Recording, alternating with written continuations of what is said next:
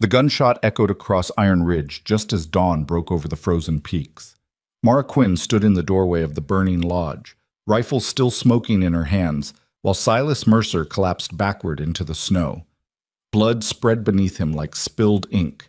Behind her, Gideon Vane staggered against the wall, one hand pressed to his ribs where Mercer's bullet had grazed him. The mountain was silent except for the crackle of flames and the ragged breathing of two people who had just defended something worth dying for. This was never supposed to be her fight.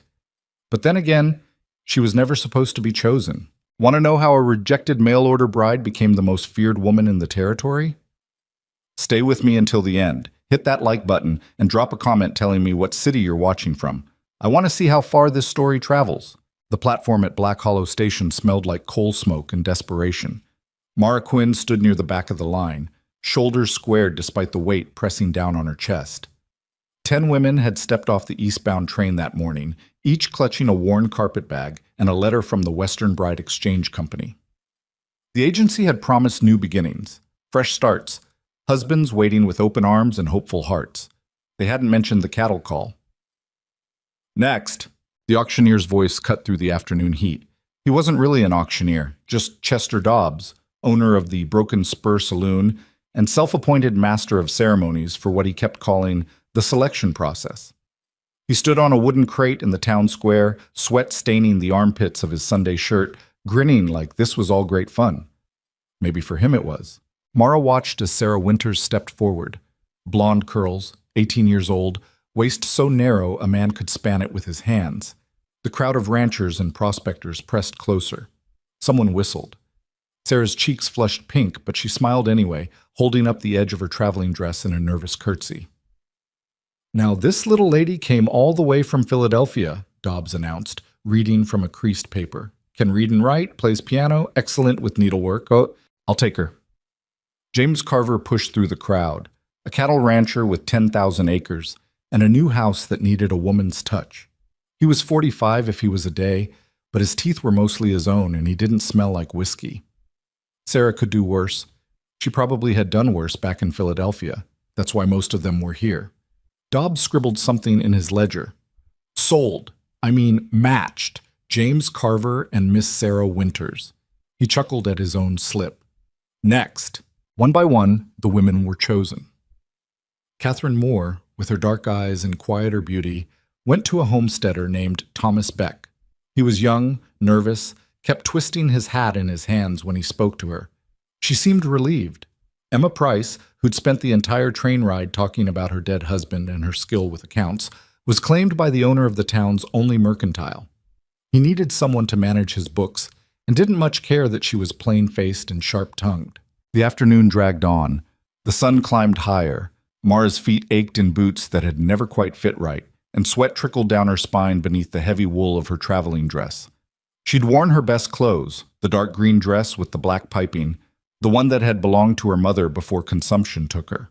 It was outdated by 5 years at least, and the seams had been let out twice to accommodate Mara's broader shoulders and fuller frame. She'd known she wasn't what men wanted, not in Baltimore, where the factory foreman looked through her like glass, and certainly not here, where women were supposed to be delicate things that needed protecting.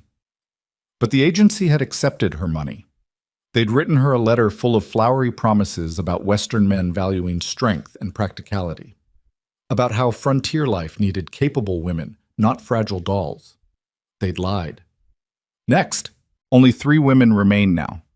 Mara and 2 others, Helen Pritchard, who was 42 and had buried 3 husbands back east, and Ruth Ann Cooper, who'd spent the whole journey praying loudly and announcing her views on sin to anyone within earshot.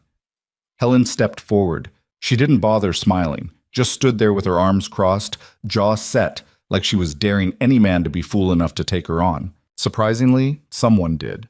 A grizzled prospector named Dutch Ferguson, who needed a cook for his mining camp and didn't give a damn about anything else. They shook hands like business partners. Helen looked satisfied. Next! Ruth Ann practically ran to the platform, Bible clutched to her chest. She launched into a speech about Christian duty and the sanctity of marriage before Dobbs could finish reading her description. A thin-faced man who ran the town's only church claimed her within 2 minutes. He looked like he needed someone to organize the Sunday social and tell other people how to live. Perfect match.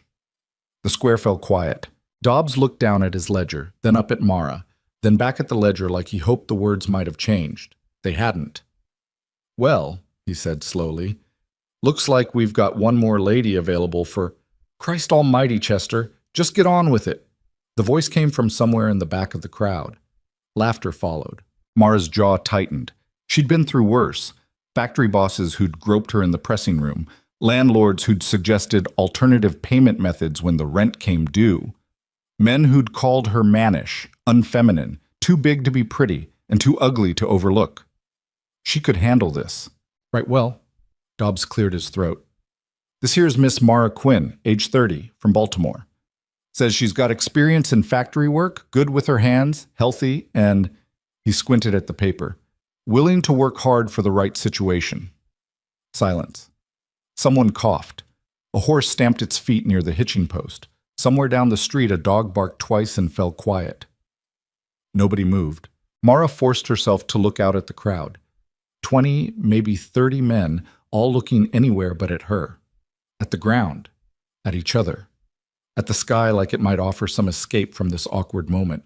She recognized the expression on their faces. She'd seen it before back in Baltimore, at the church social where her aunt had dragged her, insisting that some nice young man would appreciate a sturdy girl with good morals. The nice young men had appreciated the punch bowl and the shorter, prettier girls who giggled at their jokes. "Come now, gentlemen," Dobbs tried again, voice going hearty and false. "Miss Quinn here is clearly a hard worker. Any man with a ranch or a farm could use someone who isn't afraid of labor. She's built like a damn ox," someone muttered. More laughter rippled through the crowd. Heat flooded Mara's face, but she kept her chin up. She'd be damned if she'd cry in front of these people. "Now that's uncalled for," Dobbs said, but he didn't sound particularly outraged. "Miss Quinn has come all this way, same as the others. Surely someone needs a good, strong wife who—" "I got horses for heavy work," another voice called out. "Don't need to marry one." The laughter was louder now. Men elbowed each other, enjoying the show. Dobbs sighed and looked at Mara with something that might have been pity. "Miss Quinn, perhaps you'd like to—" "I'm fine right here." Mara's voice came out steadier than she felt. "If there are no takers, I can work. I'll pay back my passage and find my own way." It was a lie. She had $14 to her name and no prospects in a town that had just publicly rejected her, but she'd be damned if she'd beg. "Well now, that's admirable, but the company requires os boss salt boat." The crowd stirred suddenly. Voices dropped. Mara couldn't see what had changed, but she felt it, a shift in the air, like pressure dropping before a storm. Men stepped backward, creating space in their ranks, and through that space walked the biggest man Mara had ever seen. He was tall, not unusually so, maybe 6'2" or 6'3", but he was built like something carved from the mountain itself. Broad shoulders that seemed to span half the street. Arms thick with muscle under a worn buckskin coat. Dark hair shot through with gray, pulled back and tied with leather cord. A beard that was more functional than fashionable, covering the lower half of a face marked by a scar that ran from his left temple down across his cheek, disappearing into the beard. But it was his eyes that held her. Gray, like winter sky, cold and measuring and utterly unreadable. The crowd parted further as he walked toward the platform. Someone whispered "Vane," like it was a curse. Someone else made a sound that might have been a prayer. Gideon Vane. She'd heard the name on the train, spoken in whispers by the other brides. The ghost of Iron Ridge, the mountain trapper who came down twice a year to trade furs and buy supplies before disappearing back into the high country. A man with a dead wife and a reputation for violence that kept most people from meeting his eyes. He stopped 10 feet from the platform. Dobbs actually took a step backward. "Mr. Vane, didn't expect to see you in town today. If you need supplies, Morrison's got—" "I choose her." The words dropped into the silence like stones into still water. Mara's breath caught. She wasn't sure she'd heard him right. Wasn't sure anyone had heard him right, because the square had gone so quiet she could hear her own heartbeat in her ears. Dobbs blinked. "I'm sorry?" "The woman." Vane's voice was rough, like he didn't use it often. He jerked his chin toward Mara. "I'll take her." "Now hold on just a minute," Dobbs started. "You said she's available. I'm claiming her." "Yes, but—" Mr. Vane, are you sure? There might be other arrangements we could. I'm sure. Dobbs looked frantically at the crowd, like someone might step in and stop this. Nobody did. Most of them looked relieved that Vane's attention was focused on the platform and not on them. Miss Quinn, Dobbs said weakly, that is to say, are you willing to... Mara stared at the man in the buckskin coat, tried to read something in that scarred face, those cold eyes, found nothing but patience and certainty. He was giving her a choice. In a day where she'd had none, where she'd been paraded and rejected and humiliated, this stranger was actually asking. She could say no, could refuse him, try to make her own way in this town that had already decided she was worthless, could use her last $14 to buy a ticket back east to... what? The factory job that barely paid rent? The aunt who told her she was wasting her life waiting for a man who could see past her appearance? Or she could say yes to this scarred, silent man who'd chosen her when no one else would. Yes, she heard herself say. I'm willing. Something shifted in Vane's expression. Not quite a smile, but a slight easing around the eyes. He nodded once. Right then, Dobbs said, clearly wanting this whole thing over with. That makes 10 matches. Ladies, gentlemen, the Western Bride Exchange Company thanks you for your participation, and we wish you all... Papers. Vane's voice cut through the speech. What? Give me the papers, for her passage and the contract. Dobbs fumbled with his ledger, pulling out a sheaf of documents. Vane took them, scanned them briefly, then pulled a leather pouch from inside his coat. He counted out bills, more money than Mara had seen in months, and dropped them on the crate beside Dobbs. That covers her debt to the company and the travel expenses. He looked at Mara. You owe them nothing now. It took her a moment to understand what he'd done.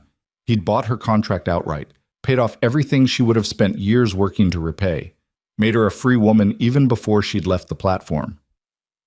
Get your things, he said. We leave in an hour. Then he turned and walked away, the crowd parting before him like water around a stone. Watch out. Mara sat on her carpet bag outside Morrison's Mercantile, watching Black Hollow prepare for evening. The other brides had already left with their new husbands. Sarah Winters had climbed into James Carver's wagon, sitting primly beside him as they rolled toward his ranch. Catherine Moore and her homesteader had walked off together, talking quietly. Even Ruth Ann and her church-running husband had departed, though not before Ruth Ann had shot Mara a look that was equal parts pity and satisfaction. The pity Mara could have handled. The satisfaction, that knowing look that said, I might be marrying a joyless bore, but at least I'm not marrying that. That stung more than it should have. Quinn. She looked up. Vane stood in the doorway of Morrison's, a pack slung over one shoulder and a rifle in his other hand. He'd added supplies to his load. She could see the corners of flour sacks and the gleam of canned goods. That all you've got? He nodded at her carpetbag. Yes. He considered this, then jerked his head toward the store. You'll need better boots and a coat that'll handle mountain weather. Get what you need. I don't have money for... I do. He disappeared back inside. Mara sat there for a moment, trying to decide if she should be offended. She'd been taking care of herself for 10 years since her mother died and her father drank himself into an early grave. She didn't need charity, but she also didn't need frostbite. She picked up her bag and followed him inside. Morrison's was dim and crowded with everything a frontier town might need. Flour and cornmeal in barrels, bolts of cloth stacked on shelves, tools hanging from the ceiling, and in the back, clothes. Practical, sturdy, made for work instead of fashion. Vane was talking to Morrison, a balding man with nervous eyes who kept glancing at Vane like he expected to be hit. And 20 pounds of the coffee beans, not the ground stuff. She'll need... He turned as Mara approached. Boots first. Show him your feet. It wasn't a request. Mara sat on the bench Morrison indicated and unlaced her worn leather boots. They'd been her mother's originally, passed down and resold twice. Morrison measured her feet with a string, then disappeared into the back room. You don't have to do this, Mara said quietly. Vane was examining a display of knives. He picked one up, tested the balance, set it back. Do what? Buy me things. I can work off the debt. No debt. He selected a different knife, seemed satisfied, and added it to the growing pile on Morrison's counter. You need gear that'll keep you alive. That's not charity. That's common sense. Morrison returned with 3 pairs of boots. Mara tried them on while Vane continued adding items to the pile. A heavy wool coat lined with fur, 2 pairs of thick socks, gloves, a hat with ear flaps that looked ridiculous but would probably save her life in a blizzard. "These fit," she said, standing in the second pair of boots. They were stiff and new and would probably give her blisters for a week, but they were solid. Vane glanced over, nodded. "Take the other pair too. You'll need spares." "That's not a discussion." He turned back to Morrison. "Add them to the count." By the time they left the mercantile, Mara was wearing her new boots and coat, and Vane had spent what must have been 6 months' worth of fur-trapping income. She wanted to protest again, but something in his manner made it clear the conversation was closed. A horse waited at the hitching post, a massive gray gelding that looked like it could carry Vane's weight and half the mountain besides. But there was also a smaller mare, brown with a white blaze, saddled and ready. "You rides?" Vane asked, securing his pack behind the gelding's saddle. "Some." She'd ridden cart horses in Baltimore, but never for any real distance. "You'll learn." He tied her carpet bag to the mare's saddle, then checked the straps twice. "Her name's Copper. She's steady. Won't bolt if you don't give her reason." Mara approached the mare carefully, let her smell her hand. Copper huffed warm breath against her palm and didn't pull away when Mara stroked her neck. "We've got 3 hours of daylight left," Vane said, swinging up onto his gelding with an ease that spoke of years in the saddle. "Want to make the first pass before dark? You feel sick or need to stop, say so. Don't try to prove anything stupid." Mara pulled herself up onto Copper's back, grateful that the mare stood still for her clumsy mounting. "I'll be fine. Probably." He turned his horse toward the mountains. "But tell me anyway." They rode out of Black Hollow as the sun began its descent toward the peaks. Mara looked back once, at the town that had rejected her, at the platform where she'd stood while men laughed at her expense.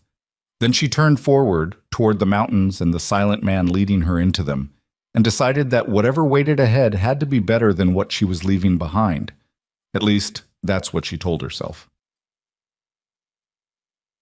The trail climbed steadily upward, away from the valley floor and into country that grew wilder with every mile.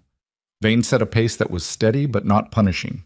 He rode ahead, occasionally glancing back to make sure she was still following, but he didn't make conversation, didn't point out landmarks or explain where they were going. Just rode, silent and focused, like a man who'd traveled this path 1,000 times and saw no reason to remark on it. Mara didn't mind the quiet. She'd spent enough years in the factory, surrounded by the constant noise of machinery and the chatter of women working side by side. Silence was fine. Silence gave her time to think. What the hell had she just agreed to? She knew nothing about this man except rumor and reputation. The ghost of Iron Ridge. They said he'd killed men. They said his wife had died under mysterious circumstances. Some claimed childbirth. Others said she'd run off and he'd hunted her down. They said he lived like an animal in the mountains, coming to town only when he needed to, speaking to no one unless necessary.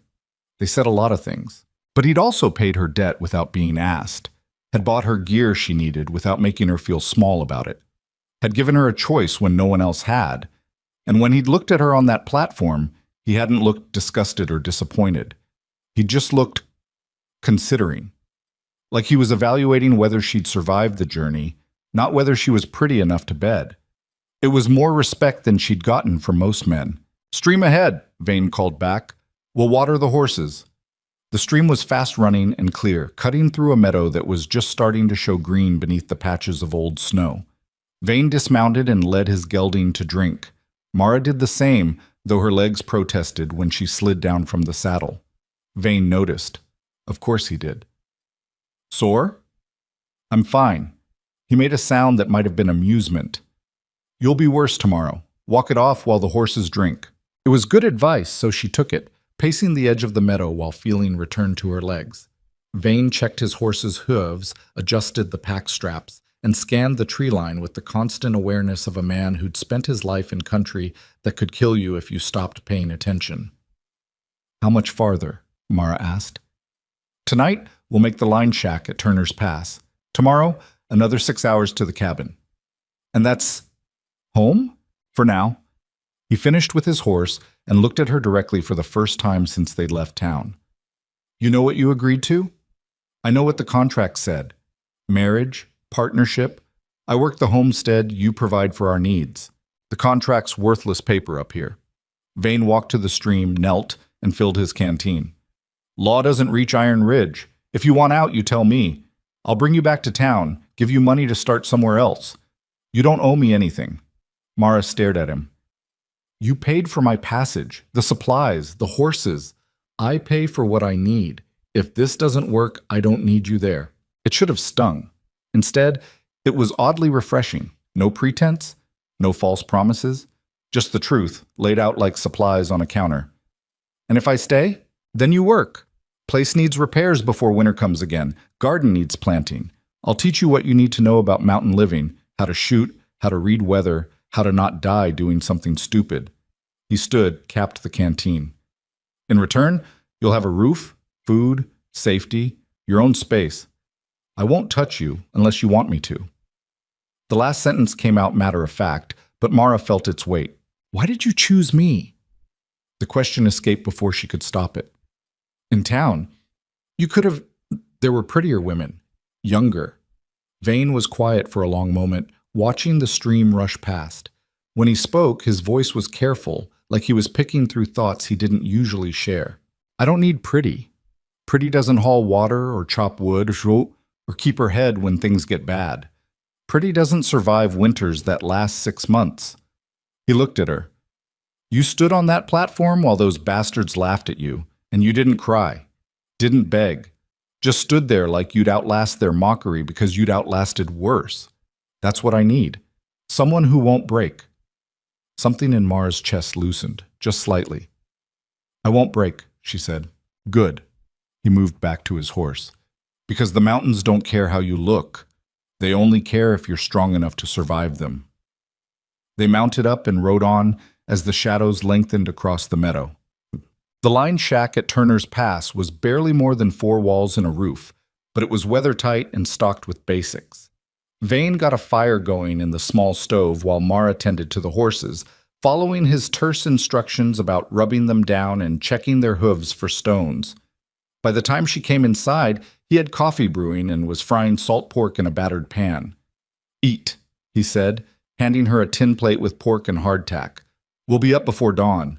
The food was plain but filling. Mara ate mechanically, too tired to taste much, while Vane sat on the other side of the fire and cleaned his rifle with the focused attention of a man performing a ritual. You know how to shoot? He asked without looking up. No. I'll teach you. Can't have you helpless if something comes around. What kind of something? Bears, mountain lions, men who think a woman alone is easy prey. He ran a cloth down the barrel. You'll learn to handle all of them. Mara watched him work, methodical and efficient. His hands were scarred, old marks that spoke of hard use and harder lessons, but they were steady, careful, almost gentle with the weapon. Your wife, she said, then immediately regretted it when his hands stilled. Sorry, that's not... I shouldn't have... Anna. His voice was flat. Her name was Anna. She died 4 years ago. Fever took her during a bad winter. I couldn't get her down to a doctor in time. I'm sorry. He resumed cleaning the rifle. She was soft, sweet, everything people think women should be, and she hated the mountains. Hated the isolation, the cold, the constant work. She married me thinking love would be enough to make it bearable. He set the rifle aside. It wasn't. But you stayed. I belong here. She didn't. He stood, moved to the window, looked out at the darkness gathering beyond the glass. I won't make that mistake again. That's why I chose you. You're already hard. Already know life doesn't give you what you want. You might hate it here too, but you won't break from hating it. Mara didn't know what to say to that. It was the most he'd spoken since they'd met, and every word felt like a confession he hadn't meant to make. I'll try not to hate it, she said finally. He glanced back at her, and something in his expression might have been a smile.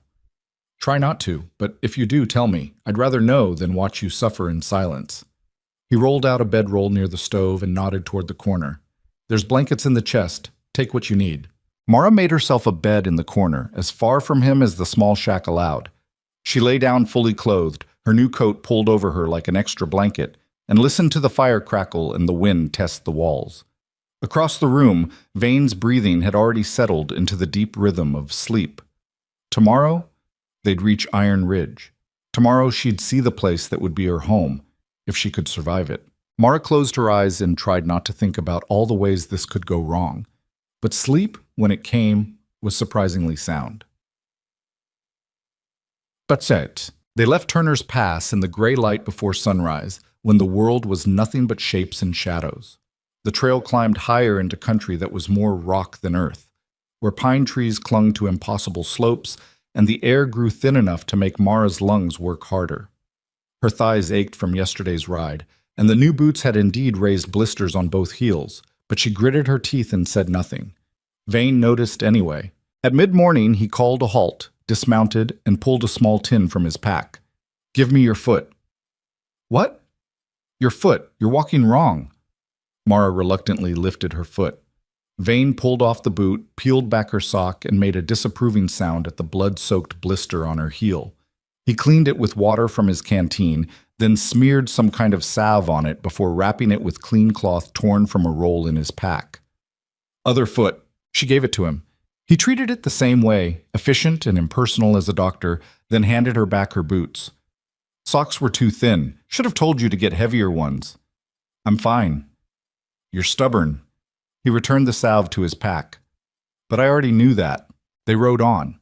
The trail got narrower, hugging cliff faces where Mara tried very hard not to look down at the drops that fell away to her right. Copper followed Vane's gelding with the bored confidence of a horse who'd made this journey many times, which helped. Mara just held on and tried to breathe. "You're doing better than most would," Vane said after they'd navigated a particularly nasty switchback. Anna screamed the whole way up the first time. Horse almost bolted. It was the first time he'd mentioned his wife without being asked. Mara considered her response carefully. Where was she from? St. Louis, merchant's daughter. She came west with her family. They settled in Black Hollow. He guided his horse around a fallen log. I met her in Morrison's. She dropped a bolt of cloth. I picked it up. She smiled at me like I wasn't. He gestured vaguely at his scarred face. She saw something else, something better than what was there. What happened? I fell in love like a damn fool. Married her quick, brought her up here thinking she'd learn to love it too. She tried. Really did try. But some people aren't made for this life. How'd you get the scar? Mara asked. Vane touched his face briefly, like he'd forgotten it was there. Grizzly, 7 years back. Came on her den too sudden. She took offense. Got my face and 3 ribs before I put her down. Anna nursed me through the healing. That's when I knew she had steel in her. She didn't faint at the blood, just cleaned and stitched and kept me alive. But she still hated the mountains. Hated them more after that. Kept thinking every sound was another bear coming to finish the job. The isolation got worse. She'd talk to herself when she thought I couldn't hear, started having nightmares. He was quiet for a moment. The fever that took her was almost a mercy. She was already dying up here, just slower. I'm sorry, Mara said again, because what else was there to say? Don't be. She's at peace now. And I learned my lesson. He looked back at her. That's why I'm telling you. If this life isn't for you, leave. Don't suffer through it out of obligation or pride. I won't hold you to promises made in ignorance. I'm tougher than I look, Mara said. I know. That's why you're here. The trail finally leveled out onto a high plateau where the view opened up. Miles of mountains stretching in every direction, peaks still white with snow, valleys carved deep by ancient glaciers. It was beautiful in a harsh, unforgiving way that took Mara's breath. That's Iron Ridge. Vane pointed to a dark line of mountains to the north. Homes on the eastern slope, tucked into a valley where the wind can't reach it. Good water, decent soil for a garden, and forest close enough for hunting. How long have you been there? Built the cabin 8 years ago. Spent the year before that living in a cave while I worked on it. He started forward again. It's solid. Tight roof, good walls, chimney that doesn't smoke. You'll be warm and dry, at least. They descended from the plateau into forest so thick it blocked out half the sky. The temperature dropped 20 degrees in the shade. Mara pulled her coat tighter and followed Vane through the trees that had been growing since before her grandmother was born. Almost there, he said as afternoon light filtered through the canopy. Another mile. The cabin appeared suddenly. tucked into a clearing that seemed to have been carved specifically for it. It was bigger than Mara had expected. Not a rough trapper's shack, but a real house. Log walls chinked with mortar, a stone chimney that rose higher than the roofline, windows with real glass, and a covered porch that wrapped around the front. Behind it stood a barn that could house the horses and then some, and beyond that the dark line of forest rising up the mountainside. Vane dismounted and stood there a moment, looking at his home like he was seeing it through her eyes. "It's not much," he said. "It's beautiful," Mara replied, and meant it. He glanced at her, surprised. Then he nodded toward the cabin.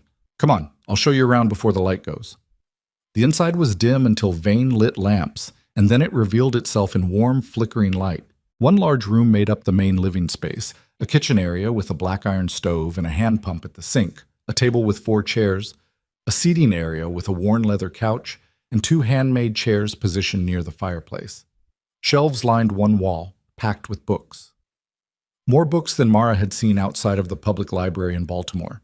Titles on everything from agriculture to astronomy, poetry to philosophy, novels and histories and technical manuals. "You read," she said stupidly. "Not much else to do during winter." Vane set his rifle in a rack near the door. "Help yourself to any of them." A narrow staircase led to a loft where she could see the edge of a bed.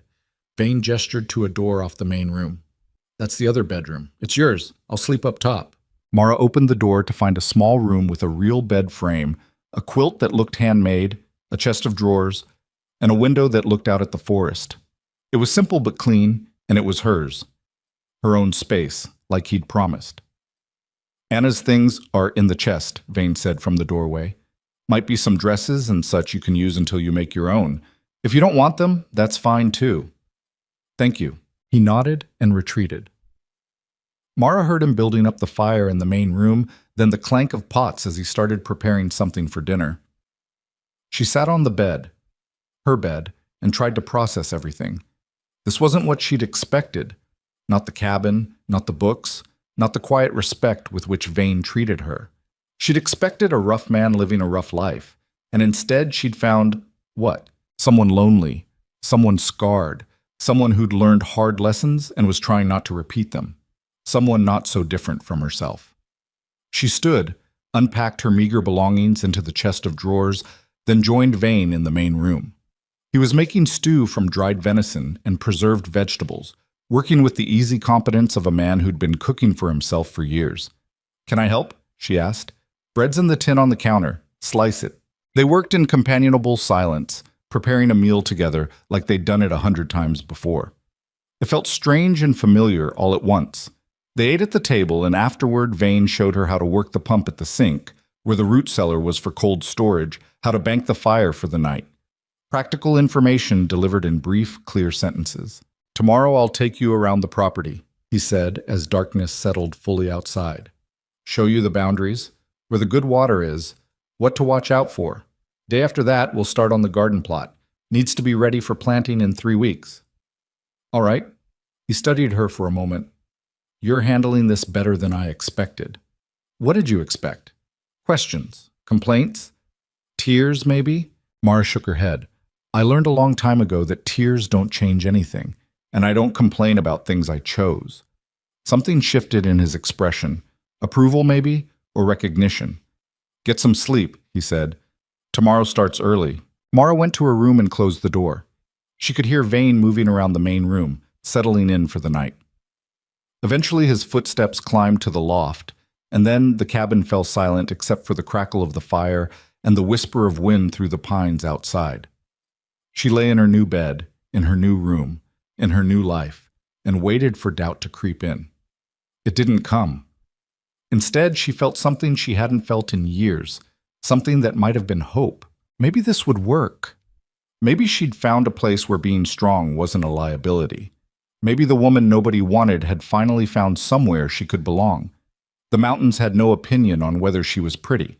They only cared if she'd survive, and Mara Quinn was very good at surviving.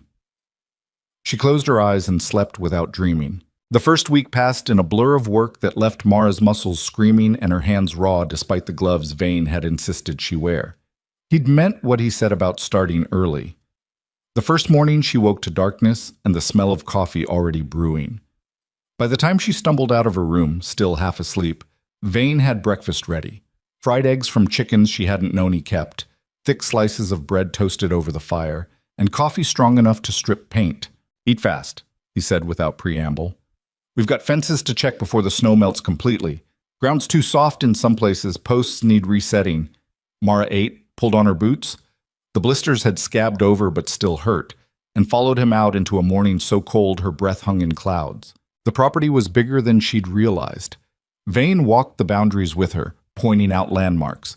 The creek that ran year-round, fed by snowmelt from higher elevations. The stand of aspen where he tapped for syrup each spring. The rocky outcropping that marked the northern edge, beyond which was Forest Service land where nobody could build or claim. "That's important," he said, pausing at the outcrop. "This whole valley is mine.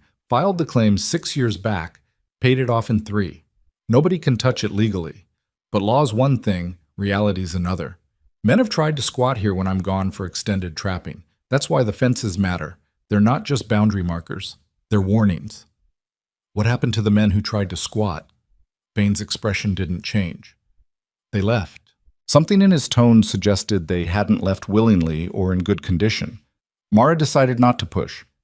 They worked through the morning, Vane showing her how to dig out a rotted fence post, set a new one, tamp the earth tight around it. Her hands blistered inside the gloves. Sweat soaked through her shirt despite the cold. But she kept working, matching his pace, refusing to be the one who called for a break. He noticed. Of course he did. "Stop trying to prove something," he said around midday, straightening from the post he'd just set.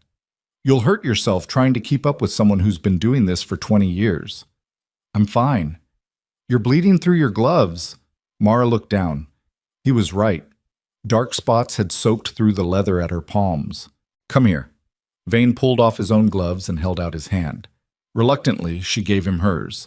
He peeled them off carefully, examined her hands with the same clinical attention he'd given her blistered feet. "You've torn the skin. Keep working like this. You'll get infected." He pulled a cloth from his pocket, dampened it with water from his canteen, and cleaned her palms. His hands were rough, calloused, but surprisingly gentle. He worked in silence, focused entirely on the task, and Mara found herself studying his face. The scar was brutal in daylight, a thick, ropey line that had healed poorly, probably because he'd been miles from any real medical care when it happened. It pulled at the corner of his eye slightly, gave his face a permanent hardness that probably served him well when dealing with men who might test him. But his eyes weren't hard right now. They were careful, almost worried, as he wrapped her hands with strips of clean cloth from his seemingly endless supply. "You don't have to destroy yourself to earn your place here," he said quietly. "You've already earned it by showing up and trying." "I don't know any other way to do things." "I know." He finished tying off the bandage. "I'm the same way.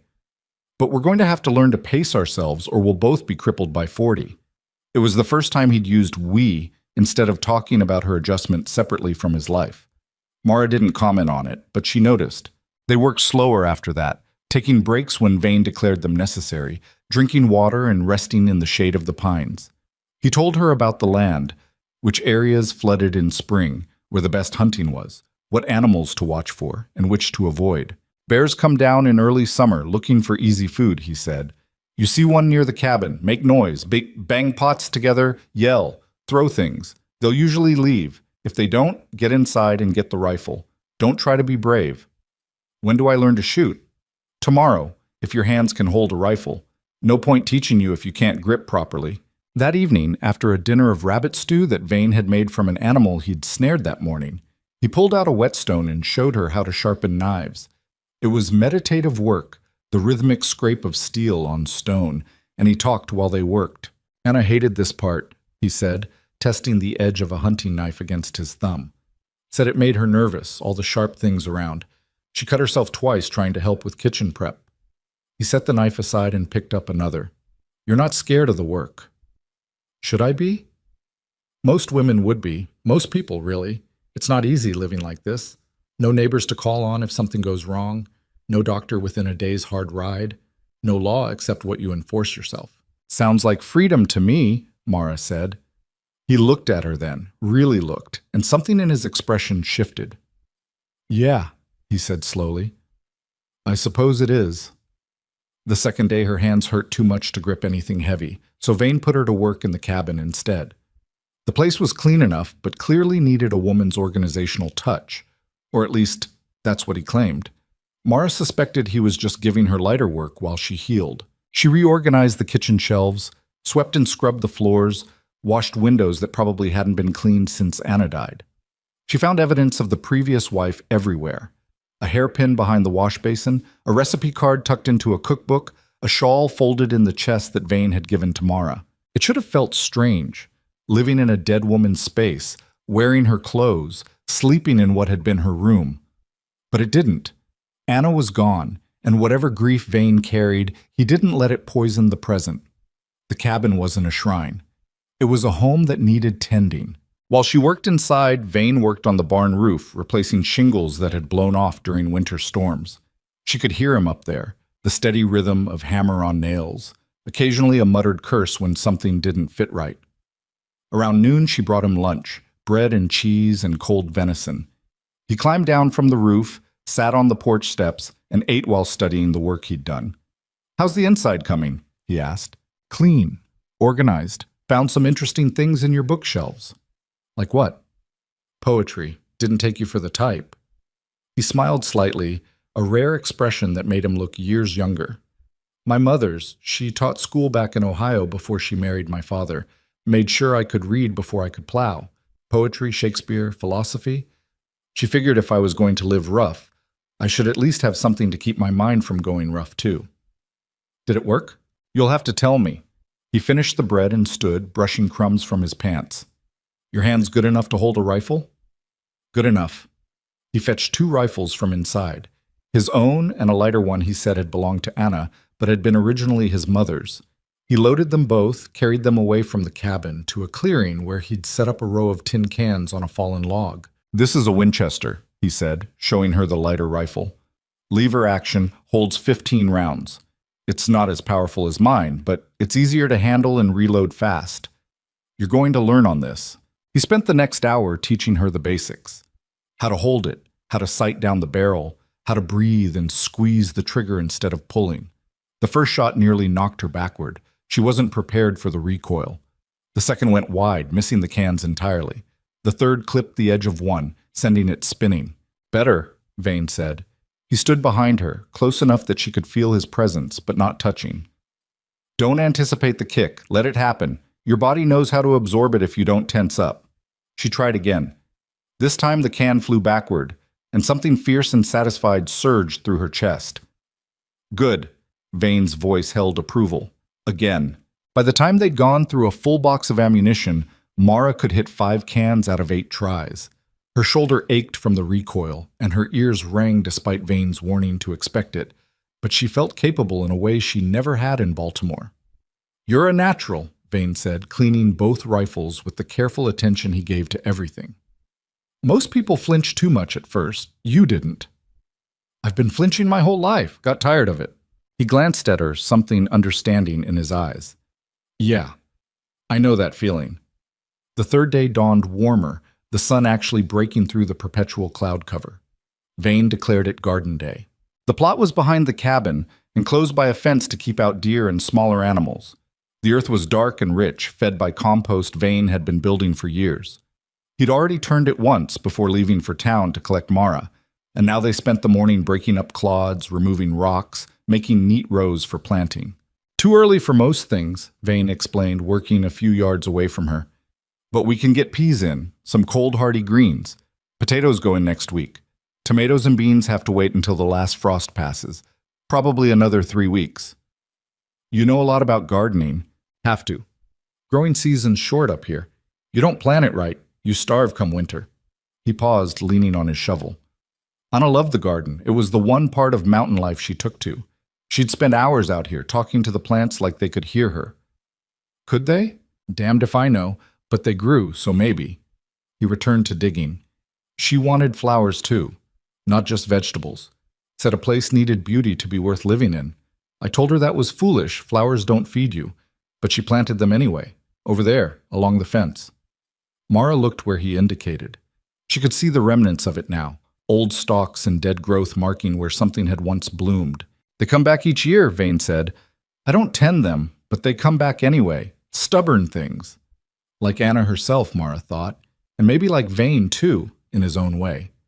They worked through the afternoon, planting seeds in careful rows, marking each with small wooden stakes Vane had carved during the winter. Peas, lettuce, spinach, radishes, things that could survive a late frost and provide fresh food before summer fully arrived. Mara's hands ached and her back protested the constant bending, but there was something deeply satisfying about the work. Putting seeds in earth, knowing they'd grow if she tended them right. It felt like a metaphor for her own life right now, something small and uncertain, planted in new soil, waiting to see if it would take root. You're smiling, Vane observed. Mara hadn't realized she was. I like this. The growing things. Good. Because come summer, the garden will be mostly your responsibility. I'll be ranging further for trapping and hunting, sometimes gone for days. You'll need to keep the place running while I'm out. The weight of that settled over her. Responsibility, yes, but also trust. He was telling her he'd leave her alone with his home, his livelihood, his survival through the next winter. That required faith she wasn't sure she'd earned yet. I won't let you down, she said. I know. He stood, surveyed the planted rows with satisfaction. That's why you're here. That night, after another meal shared in companionable near silence, Vane brought down a wooden box from the loft. He set it on the table and opened it to reveal a collection of small tools, awls and needles, spools of thread, pieces of leather in various stages of work. Winter project, he explained. Making new harnesses for the horses. Current ones are wearing through. I could use help if you're willing. Mara examined the leather pieces. I worked in a garment factory for 6 years, mostly stitching, some pattern work. This doesn't look that different. It's not, just heavier material and stronger thread. He handed her an awl. I'll show you the pattern. You can work on the breast collar while I finish the traces. They worked at the table, lamplight casting long shadows across their hands as they pierced and stitched leather. It was quiet work, requiring focus, and Mara found herself relaxing into it. This she knew. This she was good at. You worked in a factory, Vane said after a while. It wasn't quite a question. 10 hours a day, 6 days a week. Piecework pay, so the faster you sewed, the more you made. Except the quotas kept going up and the pay kept going down. Why'd you leave? Got tired of being groped by the floor supervisor. Complained to management, they said I should be flattered. A man was interested. Told them to go to hell. Walked out. She pulled the thread tight, knotted it. Spent 3 months eating nothing but bread and cheap coffee, trying to find other work. When the bride company posted advertisements, I figured dying on a frontier farm couldn't be worse than starving in Baltimore. Vane was quiet for a moment, his hands still on the leather. The men who laughed at you in town, they're fools. They're honest, at least. I know what I look like. You look strong, capable, like you can handle what life throws at you. He met her eyes across the table. That's worth more than a pretty face that can't survive a hard winter. Mara didn't know what to say to that. Compliments from men usually came with expectations attached, but Vane's words felt different. Factual. Like he was stating an observation rather than trying to flatter. Thank you, she said finally. He nodded and returned to his work. They stitched in silence for another hour before Vane declared the light too poor to continue safely. Get some sleep, he said, banking the fire. Tomorrow we'll check the trap line up near the North Ridge. It's a harder hike, but you should know the full range of the property. Mara went to her room, her hands pleasantly sore from the day's work, her mind quieter than it had been in years. Through the door she could hear Vane climbing to the loft, the creak of the bed frame as he settled in. This strange life was starting to feel almost normal. The North Ridge hike nearly killed her. Vane had warned it was harder, but Mara hadn't fully understood what that meant until they were 3 hours in, climbing slopes so steep she had to use her hands as much as her feet, breathing air so thin it burned her lungs. You need to stop, Vane called back. He was 20 yards ahead, barely winded, moving through the rough terrain like it was a Sunday stroll. I'm fine, Mara gasped, though she absolutely was not fine. He waited for her to catch up anyway. There's no shame in building up to this. I've been hiking these mountains for 15 years. How much further? Another mile to the trap line. But we can turn back if you need to. Mara looked up at the ridge above them, then back at Vane. His expression was neutral, but she could see the test in it. Not a cruel one, just an honest assessment of whether she could handle the reality of mountain life. I didn't come this far to quit at the hard parts, she said. Something like respect flickered in his eyes. All right then, but we go slower. No point proving toughness by breaking an ankle. They climbed. Mara's legs screamed. Her lungs felt like they might burst. Sweat soaked through her clothes despite the cold. But she kept moving, step after step, refusing to be the weak link. The trapline, when they finally reached it, was a series of carefully concealed snares set along game trails that wound through the high forest. Vane checked each one, resetting those that had been disturbed, harvesting 2 rabbits and a marten from the ones that had been successful. Not a great haul, he said, skinning the marten with quick, efficient knife work. But it's late in the season. Come fall, this line will produce steady. Marten, fox, maybe some beaver if we're lucky. Mara watched him work. His hands were bloody but steady, turning the animal inside out to preserve the pelt. It should have been grotesque, but there was something almost respectful in the way he handled it. No wasted motion, no unnecessary violence, just the practical business of survival. Can you teach me to do that? She asked. He looked up, surprised. You want to learn trapping? I want to learn everything. If I'm going to live here, I should know how to provide for myself if something happens to you. Vane studied her for a long moment. Most women don't want to learn the bloody parts. I'm not most women. No. He held out the skinning knife. You're not. Come here. I'll show you. He talked her through it with the second rabbit, where to make the initial cut, how to peel the skin back without tearing it, how to gut the carcass quickly and cleanly. It was messy work. Blood got on her hands, her sleeves, probably her face when she pushed her hair back. But by the end, she'd managed a decent job, and the rabbit was ready for the stew pot. Good, Vane said, cleaning his knife on a handful of grass. You've got steady hands. That matters more than strength for this kind of work. They ate a cold lunch on the ridge. Dried meat and hardtack washed down with water from a stream, so cold it made Mara's teeth ache. The view from up here was incredible. Miles of wilderness in every direction, unmarked by human presence except for the thin line of smoke from their cabin far below. It's beautiful, Mara said. It's lonely, Vane replied. Most people can't handle that part. The silence, the isolation. It gets in your head if you're not careful. Does it get in yours? He was quiet for a long time, staring out at the mountains. Sometimes. Less now than it used to. After Anna died, the silence was so loud I thought I'd go crazy from it. That's when I started doing the winter projects, the leather work, the carving, anything to keep my hands busy and my mind occupied. He glanced at her. Having another person here helps, even if we don't talk much. I don't mind not talking. I noticed. He stood, brushed crumbs from his pants. Come on. We should head back before the afternoon storms roll in. The descent was somehow worse than the climb. Mara's legs shook with fatigue, and twice she slipped on loose scree, catching herself on rocks that scraped her palms raw, even through the bandages. But Vane was there each time, steadying her without comment, waiting until she was ready to continue. By the time they reached the cabin, the sun was setting, and Mara could barely stand. She collapsed on the porch steps while Vane tended the horses, too exhausted to even make it inside. He found her there 20 minutes later, half asleep against the railing. Inside, he said, not unkindly. You need food and rest. Can't move. Yes, you can. He held out his hand. Mara took it, let him pull her upright. Her legs protested violently, but they held. He made dinner while she sat at the table in a daze. Stew from the rabbit she'd helped skin, biscuits from dough he'd prepared that morning. It was simple food, but tasted like a feast to her exhausted body. You did well today, Vane said, sitting across from her. Better than I expected, honestly. That ridge breaks most people. I'm sore as hell. You'll be worse tomorrow, but the day after that you'll be stronger. That's how it works up here. What doesn't break you makes you tougher. Mara managed a tired smile. Is that mountain wisdom? Just experience. He sopped up stew with a piece of biscuit. You're going to make it here.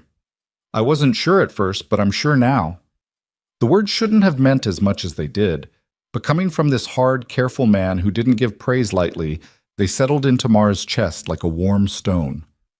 Thank you, she said. For what? believing I could do it. You believed it first. I just confirmed it. He stood, collected their plates. Get some sleep. Tomorrow's a lighter day. Just the chickens and the garden check. You've earned a rest. Mara dragged herself to her room and fell into bed without even removing her boots. She was asleep before she could form another coherent thought. The days blurred into a pattern. Work from dawn to dusk, gardens, fences, firewood, repairs to the cabin and barn. Meals shared in comfortable silence. Evenings spent on projects, Vane teaching her skills she'd never thought she'd need. How to render fat for candles and soap. How to preserve meat by smoking and salting. How to read weather in the clouds and the behavior of animals. She grew stronger. The work that had left her shaking with exhaustion in the first week became manageable by the third. Her hands developed calluses that protected her from blisters. Her legs stopped screaming on the steep climbs. She could hike to the North Ridge and back without feeling like she might die. And somewhere in all that work, something shifted between her and Vane. It started small. His hand on her shoulder when she'd done good work on a fence repair. Her laughter at one of his rare jokes. The comfortable silences that stretched between them, heavy with things neither was ready to say. She caught him watching her sometimes, not with hunger, but with something else. Curiosity, maybe. Or recognition, like he was seeing someone who matched him step for step and finding it surprised him. And she watched him too. Noticed the gentleness beneath the gruff exterior, the way he always fed the horses before himself, the care with which he tended Anna's flower patch, despite claiming it was foolish, the books of poetry he read by lamplight when he thought she was asleep. He was lonely, had been lonely for 4 years, probably longer if Anna had been as miserable as he suggested. And Mara was lonely too, in ways she'd never admitted to herself.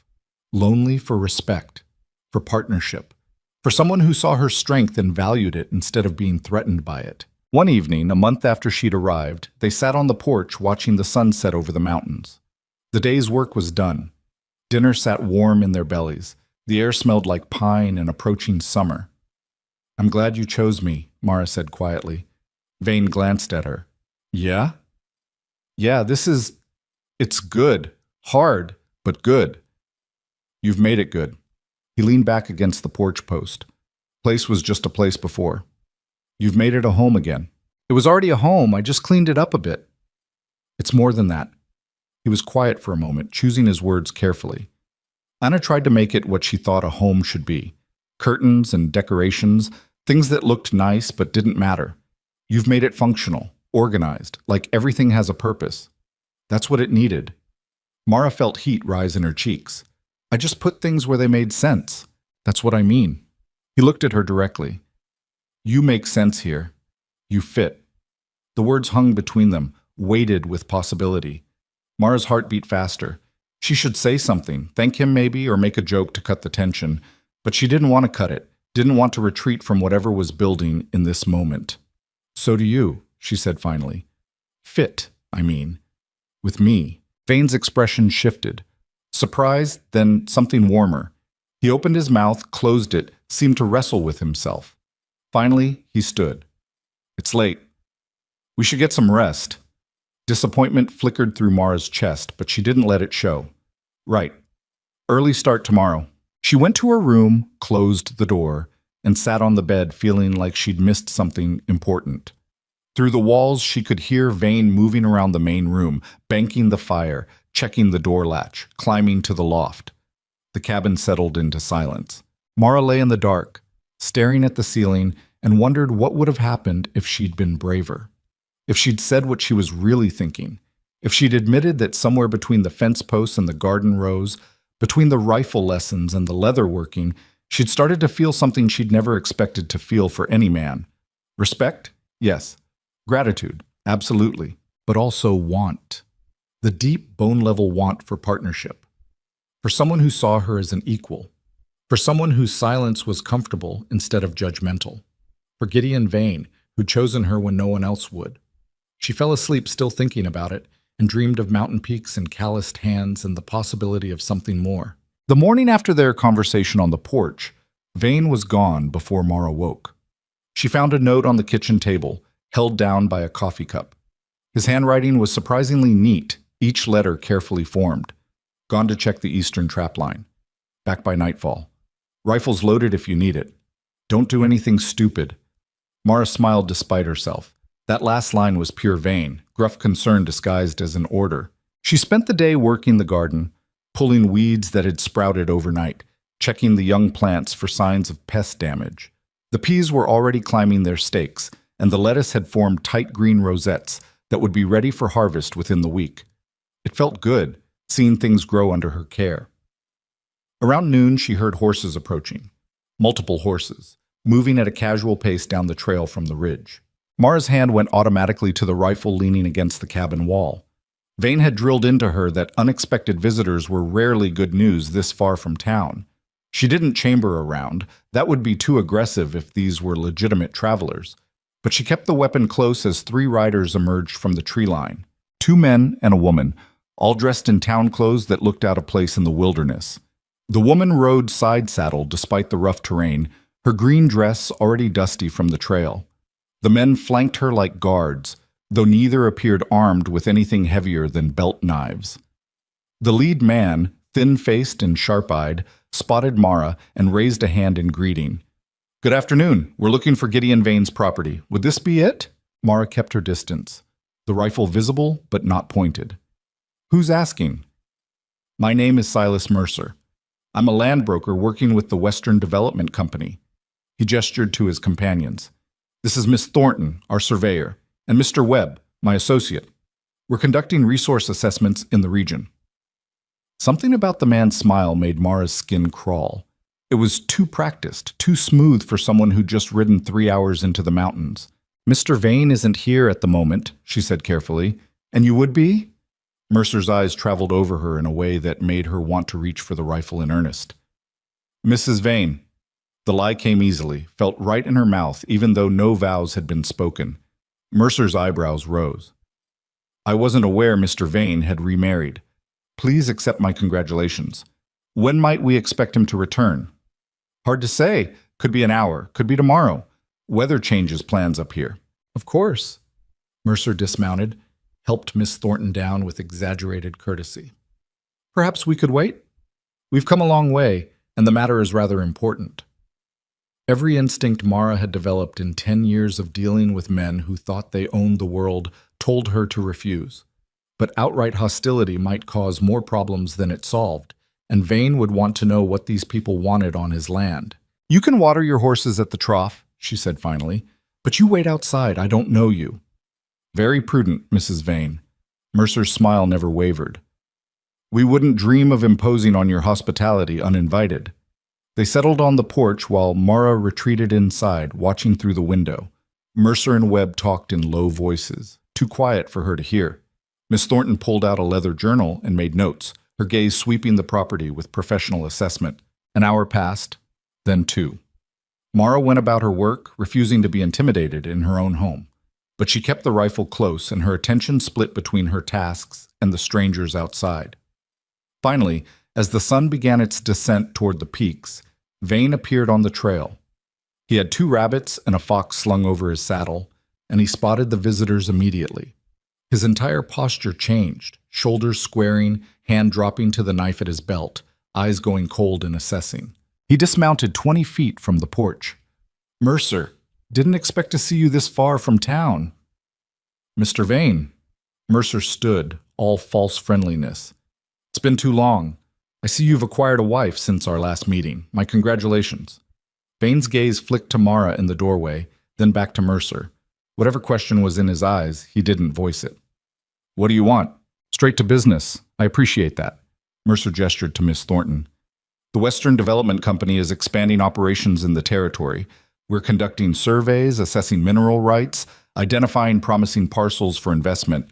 Your property came up in our research." "My property isn't for sale. I'm not here to buy it, simply to assess it. Standard procedure for our records." Mercer pulled papers from his jacket. "Of course, if our survey turns up anything valuable, minerals, timber rights, water access, we'd be prepared to offer very generous leases. You'd retain ownership while receiving substantial quarterly payments. Many landowners have found it quite lucrative." Vane's expression didn't change, but Mara saw his jaw tighten. "I'm not interested in leases or surveys or anything the development company is selling. You can turn around and ride back to Black Hollow.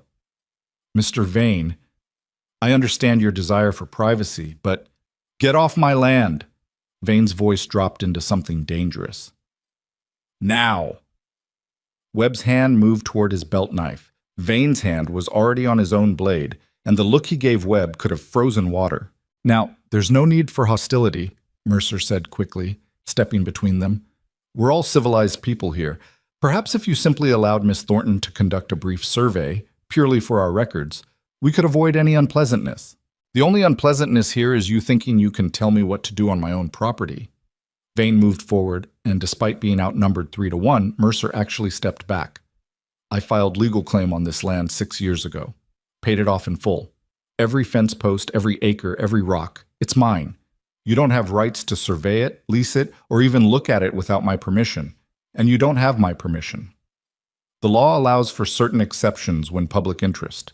There's no law up here except what I enforce, and I'm telling you to leave before I enforce you off my property at gunpoint. Mercer's pleasant mask slipped for just a moment, revealing something colder underneath. That would be unwise, Mr. Vane. The development company has considerable influence in the territory. It would be unfortunate if that influence worked against you. Is that a threat? Simply an observation about the reality of modern commerce. Mercer retrieved his horse's reins.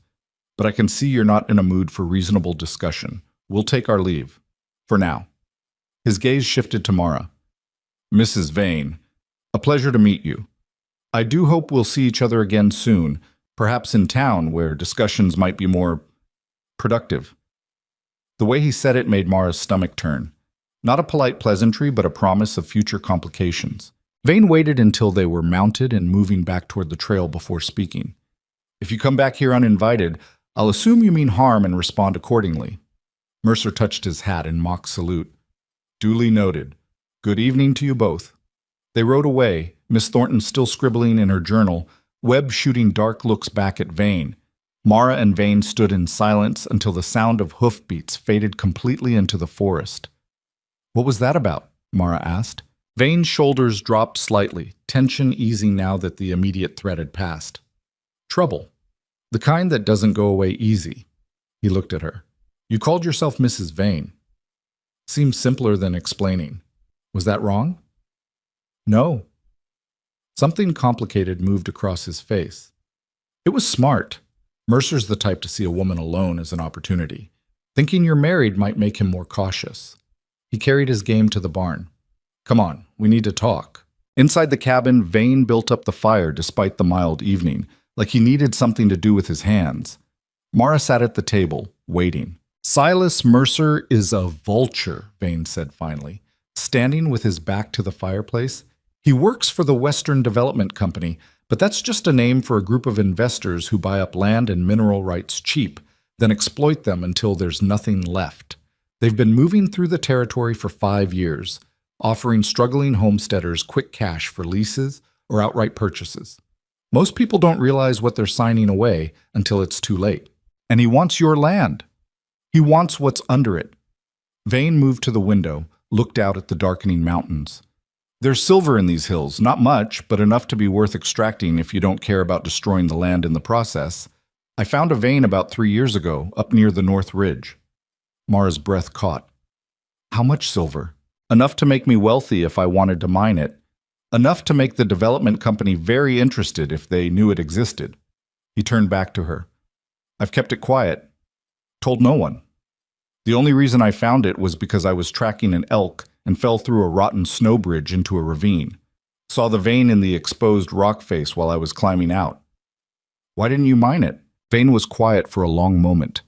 When he spoke, his voice was heavy with old grief. Anna and I had a child. Daughter. She was 2 years old when the fever took Anna. The baby died 3 days later from the same sickness. Mara's heart clenched. He'd never mentioned a child. I couldn't save them, Vane continued. Couldn't get them down to town fast enough. The doctor said even if I had, it probably wouldn't have mattered. Some fevers just take what they want. His hands curled into fists. I found the silver 6 months after I buried them. All that money, all that wealth, and it couldn't have saved the 2 people who mattered. Felt like a sick joke. I'm sorry. Mara said softly. I told myself I'd leave it alone, that this place was for living, not for tearing apart in search of profit. That if I started mining, I'd become what I hated, someone willing to destroy beauty for money. He looked at her. But now Mercer's sniffing around, and if he finds out about the silver, he won't stop until he has it. Can he force you to sell? Legally? No. My claim is solid, but legal doesn't always matter out here. Men have had accidents. Claims have been disputed with forged documents. Women have been threatened until their husbands gave up and sold. His expression hardened. I won't let that happen. This is my home, my land, built with my hands, paid for with my work. Nobody takes it from me. Mara stood and moved to stand beside him at the window. Then we don't let them. He glanced down at her. We? You chose me to be your partner. That means I fight for this place too. She met his eyes. I've spent my whole life being pushed around by people who thought they had power over me. I'm done with that. If Mercer comes back, he'll find out I'm not the kind of woman who scares easy. Something shifted in Vane's expression. Surprise, then admiration, then something deeper that made her pulse quicken. You mean that, he said. Every word. He reached out slowly, giving her time to pull away, and tucked a strand of hair behind her ear. His fingers lingered against her cheek, rough and warm. I chose well, he said quietly. Mara's breath caught. They were standing too close, the air between them charged with everything they'd been carefully not saying for weeks. His hand was still on her face, his eyes searching hers for something she desperately wanted to give him. Gideon, she whispered. The sound of his name seemed to break something in him. He leaned down, hesitant, questioning. Mara answered by rising on her toes and closing the distance between them. The kiss was gentle at first, testing. Then his arms came around her and she pressed closer, and gentle became something more urgent, something that tasted like relief and want and the recognition of two lonely people finding home in each other. When they finally broke apart, both breathing hard, Vane rested his forehead against hers. I didn't think I'd feel this again, he admitted. Didn't think I wanted to. And now? Now I think I've been an idiot for waiting this long. He pulled back enough to see her face clearly. You've been right here, making this place work, making me remember why I built it in the first place. And I've been too scared to admit I wanted more than just a work partner. Mara traced the scar on his face with gentle fingers. What do you want? You. A real marriage, not just a practical arrangement. A partner in everything, not just the labor. He caught her hand, pressed a kiss to her palm. But only if that's what you want too. I want that. The admission came easily, felt right. I've wanted it for weeks. Maybe since that first night in the line shack when you told me I wouldn't break. He smiled, a real smile that transformed his entire face. You haven't broken yet. Don't plan to start now. He kissed her again, slower this time, like they had all the time in the world. And maybe they did, up here in the mountains where the only time that mattered was the changing of seasons and the rhythm of work that sustained them. When they finally separated, the cabin had fallen into full darkness except for the fire's glow. Vane lit lamps while Mara started preparing dinner, moving around each other in the small space with new awareness. Every accidental touch felt deliberate. Every shared glance carried weight. They ate dinner in charged silence, the air heavy with possibility. Afterward, Vane reached across the table and took her hand. I don't want to rush you, he said carefully. We can take this as slow as you need.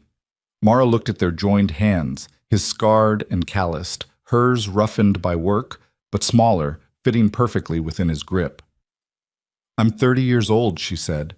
I've waited my whole life for someone to see me as more than just a strong back for hard labor. I don't want to wait anymore. His eyes darkened. You're sure? I've never been more sure of anything. He stood, drew her up with him, and led her toward the stairs to the loft. That night, wrapped in Vane's arms in the bed he'd built with his own hands, Mara felt something she'd never experienced before. Not just desire satisfied or loneliness eased, but genuine belonging. She'd found her place in the world, and it was here, in these mountains, in this cabin, with this scarred, careful man who'd chosen her when no one else would. She fell asleep listening to his heartbeat, steady and strong, and dreamed of silver hidden in mountain stone. The next 3 weeks passed in a haze of work and discovery. Mara moved her things to the loft, and they settled into a new rhythm together. Mornings still started early, but now they began with quiet intimacy before the demands of the day took over. Evenings ended tangled together in the lamplight, talking about everything and nothing until sleep claimed them. The garden flourished under their care. The lettuce came in thick and sweet. The peas climbed higher, promising a good harvest. Mara planted the tomatoes and beans in neat rows, while Vane built trellises for the climbing varieties. They worked on the cabin's repairs together, replacing worn floorboards, rechinked gaps in the log walls, fixed a leak in the barn roof that had been bothering Vane for 2 years. The physical labor felt different now, charged with partnership that went deeper than simple cooperation.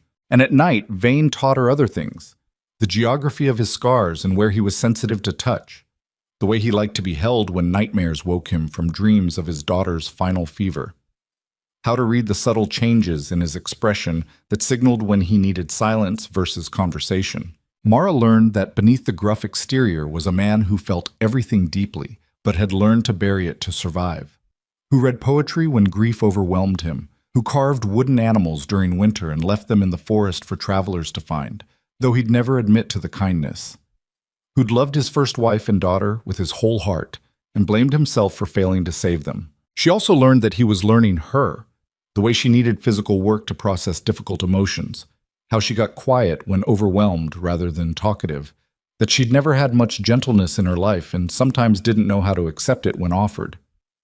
"You flinch," he said one evening, noticing her reflexive pullback when he'd reached to tuck her hair behind her ear. "Old habit." "From who?" His voice had gone dangerous. "Factory supervisor, landlord in Baltimore. Men who thought touching what they wanted was their right." She caught his hand, held it against her cheek. "I'm learning not to flinch. With you." He'd kissed her then, gentle and fierce at once, and she'd felt another piece of her old armor crack and fall away. They were rebuilding each other, she realized, taking broken pieces and making something new that was stronger than either of them had been alone. But peace never lasted long in the mountains. On a bright morning in early June, Mara was working in the garden when she heard horses again. Multiple horses, moving fast, coming from the direction of town. Vane was at the barn, shoeing one of the horses. He emerged at the sound, wiping his hands on a rag, his expression already hardening. 4 riders this time, Mercer in the lead, with Webb and 2 men Mara didn't recognize, all armed with rifles clearly visible in saddle scabbards. "Mr. Vane," Mercer reined in 20 feet from the cabin, his smile notably absent. "We need to talk." "I told you not to come back." Vane's hand went to his knife. "Yes, well, circumstances have changed." Mercer pulled papers from his saddlebag. "I've been doing research on the Western Bride Exchange Company. Fascinating organization. They contract with women for specific placements, and those contracts are legally binding. The women remain company property until their debts are paid or they're formally released." Mara's stomach dropped. She moved closer to Vane, her own hand finding the knife at her belt. "According to my research," Mercer continued, his voice taking on the tone of a man who held all the cards, "Mrs. Vane here was never formally released from her contract. The company accepted payment for her passage debt, yes, but the contract itself was never properly terminated, which means, technically, she still belongs to the company." "That's bullshit," Vane said flatly. "I have documentation that says otherwise, as signed by the company's legal representative." Mercer held up the papers.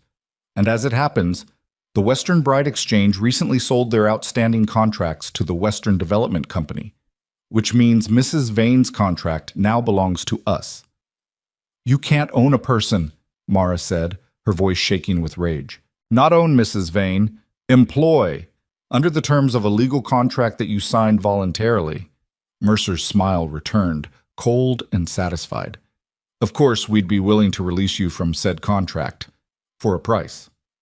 "How much?" Vane's voice was deadly quiet. "Oh, we're not interested in money, Mr. Vane. We're interested in cooperation. You allow Miss Thornton to conduct her survey, you grant us mineral rights to any discoveries, and we'll tear up Mrs. Vane's contract right here and now. She'll be free and clear." "And if I refuse?" "Then we enforce the contract. Mrs. Vane returns with us to Black Hollow to work off her debt at one of our company establishments. Could take years depending on how we calculate her earnings. Mercer's gaze slid to Mara in a way that made her skin crawl. Of course, we'd make sure she's well taken care of. The development company values its employees. Mara felt Vane's entire body tense beside her, rage rolling off him in waves. You're trying to blackmail me by threatening my wife, Vane said. I'm offering you a simple business arrangement, survey rights in exchange for her freedom. Surely her well-being is worth a few weeks of minor inconvenience. The answer is no. Mr. Vane, I don't think you understand. I understand perfectly. Vane took a step forward. You've got fake legal documents and armed men at your back, and you think that gives you leverage. But here's what you don't understand. That woman is my wife in every way that matters. I will die before I let you touch her, and I will absolutely kill you if you try. Webb's hand moved toward his rifle. Vane's knife was in his hand so fast Mara barely saw him draw it. Do it, Vane said softly. Give me a reason. Gentlemen, please. Mercer's voice had lost its smoothness. There's no need for violence. Mr. Vane, I'm trying to give you a reasonable option here, but if you refuse to cooperate, we will enforce our legal rights. The law will take 3 weeks to get a marshal up here from the territorial capital, and by then, you'll be long gone. Vane's smile was terrible to see. You want to know what really happens if you try to take her? I'll hunt down every man in your company one by one, and you'll never see me coming. They call me the Ghost for a reason, Mercer. Test me and find out why. For the first time, real fear flickered across Mercer's face. He gathered his reins and his men looked relieved to be leaving. You're making a grave mistake, Mr. Vane. The development company doesn't forget slights. We'll be back, with proper legal authority, and you won't be able to threaten your way out of consequences. Come back with an army if you want. Outcome will be the same. Mercer wheeled his horse around. You have 1 week to reconsider. After that, we take action. He looked at Mara. I'm sorry you chose to align yourself with such an unreasonable man, Mrs. Vane. Things could have been much simpler. They rode away, leaving Mara and Vane standing in tense silence. When the sound of hoofbeats finally faded, Vane's shoulders sagged. He sheathed his knife with shaking hands. They won't stop, he said quietly. Now that they know about you, they'll use you as leverage until they get what they want. Mara's mind was racing. Can they really enforce that contract? I don't know. Maybe. Contract law out here is murky, and if they've got a corrupt judge in their pocket... He ran a hand through his hair. Even if the contract wouldn't hold up in real court, they could make trouble. Haul you before a local magistrate, tie things up for months while you're stuck in town, or just ignore the law entirely and take you by force. Then we need to make sure they can't. He looked at her. How? By making it too expensive to try. By being ready when they come back. By proving we won't break no matter what pressure they apply. She moved closer, took his face in her hands. You said you'd fight for this place, so will I. We just need to be smart about it. They have men, money, legal resources. We have the mountain. We know this land better than they ever will, and we have each other. She kissed him hard. That's enough. Vane pulled her close, buried his face in her hair. I won't let them take you. I can't lose anyone else. You won't. She held him tight. We're going to win this, together. But even as she said it, fear coiled in her stomach. Mercer had resources they didn't, power they couldn't match, and men like him didn't make threats they couldn't back up. The peaceful life they'd been building was over. War was coming to Iron Ridge, and Mara had no idea if they were strong enough to survive it. That night they didn't sleep. Instead, they planned. Vane spread maps across the table, marking approaches to the cabin, defensible positions, escape routes if things went completely wrong. He checked their ammunition stores, inventoried food supplies, repaired weak points in the cabin's walls. Mara watched and learned, her mind working through scenarios. If Mercer came with a dozen men, could they hold the cabin? If the development company brought legal authority, could they flee deeper into the mountains and survive winter in the high country? Every option seemed impossible. Every plan had fatal flaws. We need help, she said finally. There is no help. Nobody stands up to the development company. They've crushed everyone who tried. Then we make them the first people who failed. Mara stood, paced the small cabin. Mercer thinks he can threaten us because we're isolated, because nobody will know or care what happens up here. So we make sure people know. We make sure what happens at Iron Ridge becomes public knowledge. How? We go to town. Tomorrow. We file a formal complaint about their harassment. We make sure everyone knows they're trying to steal our land through forged contracts and intimidation. We turn their legal threats back on them. Vane considered this. It might buy us time, make them more cautious about open violence. Or it might provoke them into acting faster. Either way, we'll know where we stand. He reached for her hand. You'd be walking into danger. Mercer might try to grab you in town, claim legal authority. Then you'll be there to stop him. She squeezed his fingers. We're stronger together. That's what he doesn't understand. That's what will beat him in the end. Vane pulled her close, and they stood in the lamplight holding each other while the fire burned low and the mountains kept their ancient silence. Tomorrow they'd ride into Black Hollow and fight back with the only weapons they had, truth and stubbornness and the refusal to be broken. Tonight, they held each other and pretended they weren't terrified of what was coming. Outside, the wind picked up, carrying the scent of distant storms. The mountains were restless tonight, and somewhere in the darkness, men were planning how to take what didn't belong to them. But inside the cabin, two people who'd been broken by the world and put themselves back together stood ready to fight for the home they'd built. Whatever came next, they'd face it together, and that would have to be enough. They left for Black Hollow 2 hours before dawn, riding in darkness with rifles across their saddles and enough ammunition to start a small war. The trip down felt different than when Mara had first made the journey up. Then she'd been uncertain, following a stranger into unknown country. Now she was riding beside her husband, in every way that mattered, to defend the life they'd built together. The mountains felt less like wilderness and more like home. Territory worth protecting. Vane rode ahead as always, but close enough that they could talk without raising their voices. He'd barely slept, and it showed in the tension across his shoulders, the constant scanning of the tree line for threats that might not come until they reached town. You remember what we agreed? He asked as they descended into the valley where Black Hollow sat. I stay close. I don't let Mercer separate us. If things go bad, I run for Morrison's. He's neutral territory and won't let them drag me out. Mara shifted in her saddle. And I don't try to be a hero. That last one's the most important. Same goes for you. He glanced back at her, something that might have been a smile pulling at his scarred face. I've never been accused of heroism. You chose me when nobody else would. That counts. The words settled between them, carrying more weight than she'd intended. Vane's expression softened briefly before hardening again as the first buildings of Black Hollow came into view. The town was just waking up, smoke rising from chimneys as people started their morning fires. A few early risers stopped to stare as Vane and Mara rode down the main street toward the marshal's office.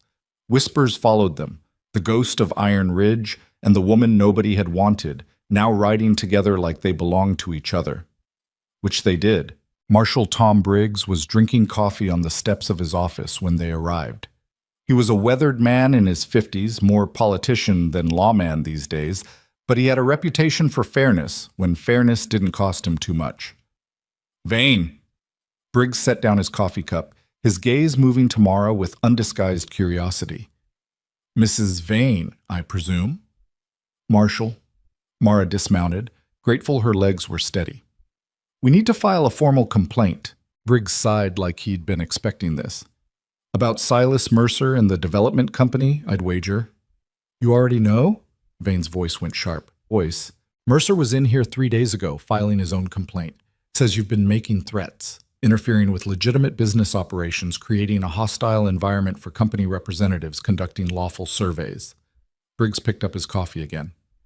He's got documentation, witness statements, even a letter from some judge in the territorial capital saying the development company has authority to conduct resource assessments on disputed claims. My claim isn't disputed, Vane said flatly. I've got the deed, fully paid, filed with the land office 6 years ago. Mercer says there's irregularities in the filing. Says the original surveyor who marked your boundaries was drunk half the time, and the measurements are suspect. Briggs shrugged. I don't know if it's true. I'm just telling you what he's claiming. Mara's stomach dropped. They were being outmaneuvered before they'd even started fighting back. And my wife's contract? Vane asked. He tried to claim she still belongs to the Bride Exchange Company. Does she? Briggs looked at Mara. Did you complete your contract terms? I didn't have contract terms. Mr. Vane paid off my passage debt immediately. I've been a free woman since the day I arrived. Mercer's got paperwork saying otherwise. Says the debt payment didn't terminate the employment contract, and the company maintained legal custody until formal release. Briggs held up a hand before Vane could explode. I'm not saying I believe him. I'm saying he's got documents, and documents matter when things get legal. Documents can be forged, Mara said. They can, but proving forgery takes time and lawyers, neither of which you've got much of. Briggs finished his coffee. Look, I'll take your complaint. I'll file it officially, but I can't stop Mercer from pursuing his claims through legal channels, and I can't prevent the development company from conducting business they say is lawful. Even if that business involves harassment and threats? Vane's hand had moved to his knife again. Especially then because Mercer's smart enough not to do anything I can arrest him for where witnesses can testify. Briggs stood. My advice? Get yourself a lawyer. Fight this in court. Don't give Mercer an excuse to claim you're violent or unstable. And if he doesn't wait for court? Mara asked. If he tries to take me by force? Briggs's expression shifted to something almost apologetic. Then you defend yourself however you need to, but make sure you've got witnesses who will back your story. They filed the complaint, Mara's hand cramping as she wrote out everything. Mercer's visits to Iron Ridge, his threats about her contract, the armed men at his back, his attempts to coerce Vane into surrendering mineral rights. Briggs witnessed the document, stamped it official, and added it to a stack of papers that looked depressingly small compared to whatever Mercer had already filed. That it? Vane asked. Unless you want to hire a lawyer, yeah, that's it. Briggs walked them to the door. Be careful heading back. Mercer's got men watching the roads out of town. They see you leave. They'll know you came here. Let them watch. Vane helped Mara mount her horse. Maybe they'll get the message that we're not hiding. They rode toward Morrison's Mercantile to pick up supplies before the return journey. The store was crowded, unusual for this early in the morning, and conversations died when they walked in. Morrison himself looked uncomfortable as he tallied up flour and coffee and ammunition. Heard you had trouble with the development company, he said quietly, keeping his voice below the other customers' hearing. News travels fast, Vane said. Mercer's been talking. Says you're unstable, dangerous, says your wife's some kind of runaway who owes debts all over the territory. Morrison bagged the flour. For what it's worth, I don't believe him, but he's convincing folks who want to be convinced. What folks? Mara asked. Morrison hesitated, then nodded toward the back of the store where Chester Dobbs and two other men were pretending not to listen. Them, for starters. Dobbs has been telling anyone who'll listen that you were trouble from the beginning, Mrs. Vane, that the bride exchange made a mistake bringing you out here. Heat flooded Mara's face, but before she could respond, a voice cut across the store. Is that so, Chester? Funny, because I remember you taking the exchange's money happily enough when those brides arrived. Everyone turned. Catherine Moore, now Catherine Beck, stood in the doorway, her arms full of fabric. She'd filled out since arriving in Black Hollow, lost the haunted look she'd worn on the train. Her homesteader husband stood behind her, quiet but supportive. Dobbs sputtered. Now, Mrs. Beck, I was simply observing that some women are better suited to frontier life than others, and Mara's better suited than most. Catherine walked past him to set her fabric on the counter. She's working a mountain homestead that would break half the men in this town. I'd say the exchange knew exactly what they were doing. Well said. Sarah Carver entered next, her rancher husband James at her elbow. She'd grown more confident too, no longer the nervous girl who'd curtsied on the platform. Mrs. Vane has made something of herself. That's more than can be said for people who spend their days gossiping in saloons. Dobbs's face went red. I don't have to stand here and... Then don't stand here. Emma Price, the sharp-tongued woman who'd married the mercantile owner in the next town over, appeared with a shopping list. Some of us have actual work to do. The three former brides formed a loose circle around Mara, and something in her chest loosened. These women barely knew her. They'd shared a train ride and a humiliating selection process, nothing more, but they were standing with her anyway. Thank you, Mara said quietly. We look after our own, Sarah replied. Then louder. And if Silas Mercer thinks he can bully women in this territory, he's going to find out different. That broke the tension. People went back to their shopping, though the whispers continued. Morrison finished loading Vane's supplies and refused to take full payment. Consider it credit for when this blows over, he said. I don't like the development company any more than you do. They've been pressuring me to sell them my supplier contracts. Want to control who gets goods in this town. Vane accepted with a nod of thanks. As they loaded the horses, Catherine pulled Mara aside. Is it true what they're saying? About Mercer claiming you're still under contract? He's trying. I don't know if it'll work. It won't. Catherine's voice was firm. The other brides and I, we've been talking. If Mercer tries to enforce some fake contract, we'll all testify that the exchange released us completely when our debts were paid. We'll make enough noise that he can't just disappear you quietly. Mara felt tears prick her eyes. You'd do that? Of course. We're all trying to build new lives out here. If men like Mercer can just take them away whenever they want, none of us are safe. Catherine squeezed her hand. You're not alone in this. They rode out of Black Hollow an hour later, the supplies secure and a small network of allies behind them. It wasn't much, but it was more than they'd had that morning. That was unexpected, Vane said, as the town disappeared behind them. Women look out for each other when men won't. Apparently. He was quiet for a moment. It might not be enough, though. Mercer's got money and legal backing. Friendship doesn't stop bullets or court orders. No, but it means we're not fighting completely alone. Mara urged her horse faster. And it means if something happens to us, people will ask questions. That's worth something. They made good time on the return journey, pushing the horses harder than usual. Both of them felt exposed on the open trail, too visible, too vulnerable. Every rustle in the trees made Vane's hand move toward his rifle. Every bird that took flight sent Mara's heart racing. They were 2 miles from the cabin when Vane suddenly reined in his horse. What? Mara drew up beside him. Smoke. Wrong direction for our chimney. He pointed toward Iron Ridge. The thin gray column rising above the trees was definitely coming from their property, but from the wrong location. They kicked the horses into a gallop. The barn was burning when they arrived, flames already consuming the roof and licking up the walls. The horses, thank hell, were out, milling nervously in the pasture. But everything else was being destroyed. The hay, Vane said, already dismounting. The tack, the winter feed. Forget it, it's too far gone. Mara grabbed his arm. Check the cabin. Make sure they didn't torch that too. The cabin was untouched, but the door hung open. Someone had been inside. They entered cautiously, rifles ready. The main room had been ransacked, books pulled from shelves, furniture overturned, Mara's sewing scattered across the floor. But nothing was actually destroyed. This wasn't random vandalism. This was a message. Vane found it on the table, held down by a skinning knife, which had been hanging in the barn last they'd seen it. The note was written in neat script. You had your chance to cooperate. Now we take what we want. You have 48 hours to surrender the mineral rights and the woman, or the cabin burns next. Don't test us. It wasn't signed, but it didn't need to be. Bastards. Vane crumpled the note in his fist. They waited until we left for town, then came up here and... A sound outside cut him off. Horses. Multiple horses. Coming fast. They moved to the windows. 8 riders this time, Mercer at the lead. They stopped at the edge of the clearing, well out of rifle range, and Mercer raised a white handkerchief tied to a stick. Parley, he called. I just want to talk. Like hell. Vane chambered around. You burned my barn. An unfortunate accident caused by trespassers unknown.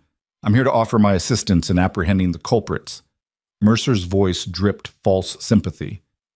I also wanted to inform you that I've secured a writ of enforcement from Judge Blackwell in the territorial capital.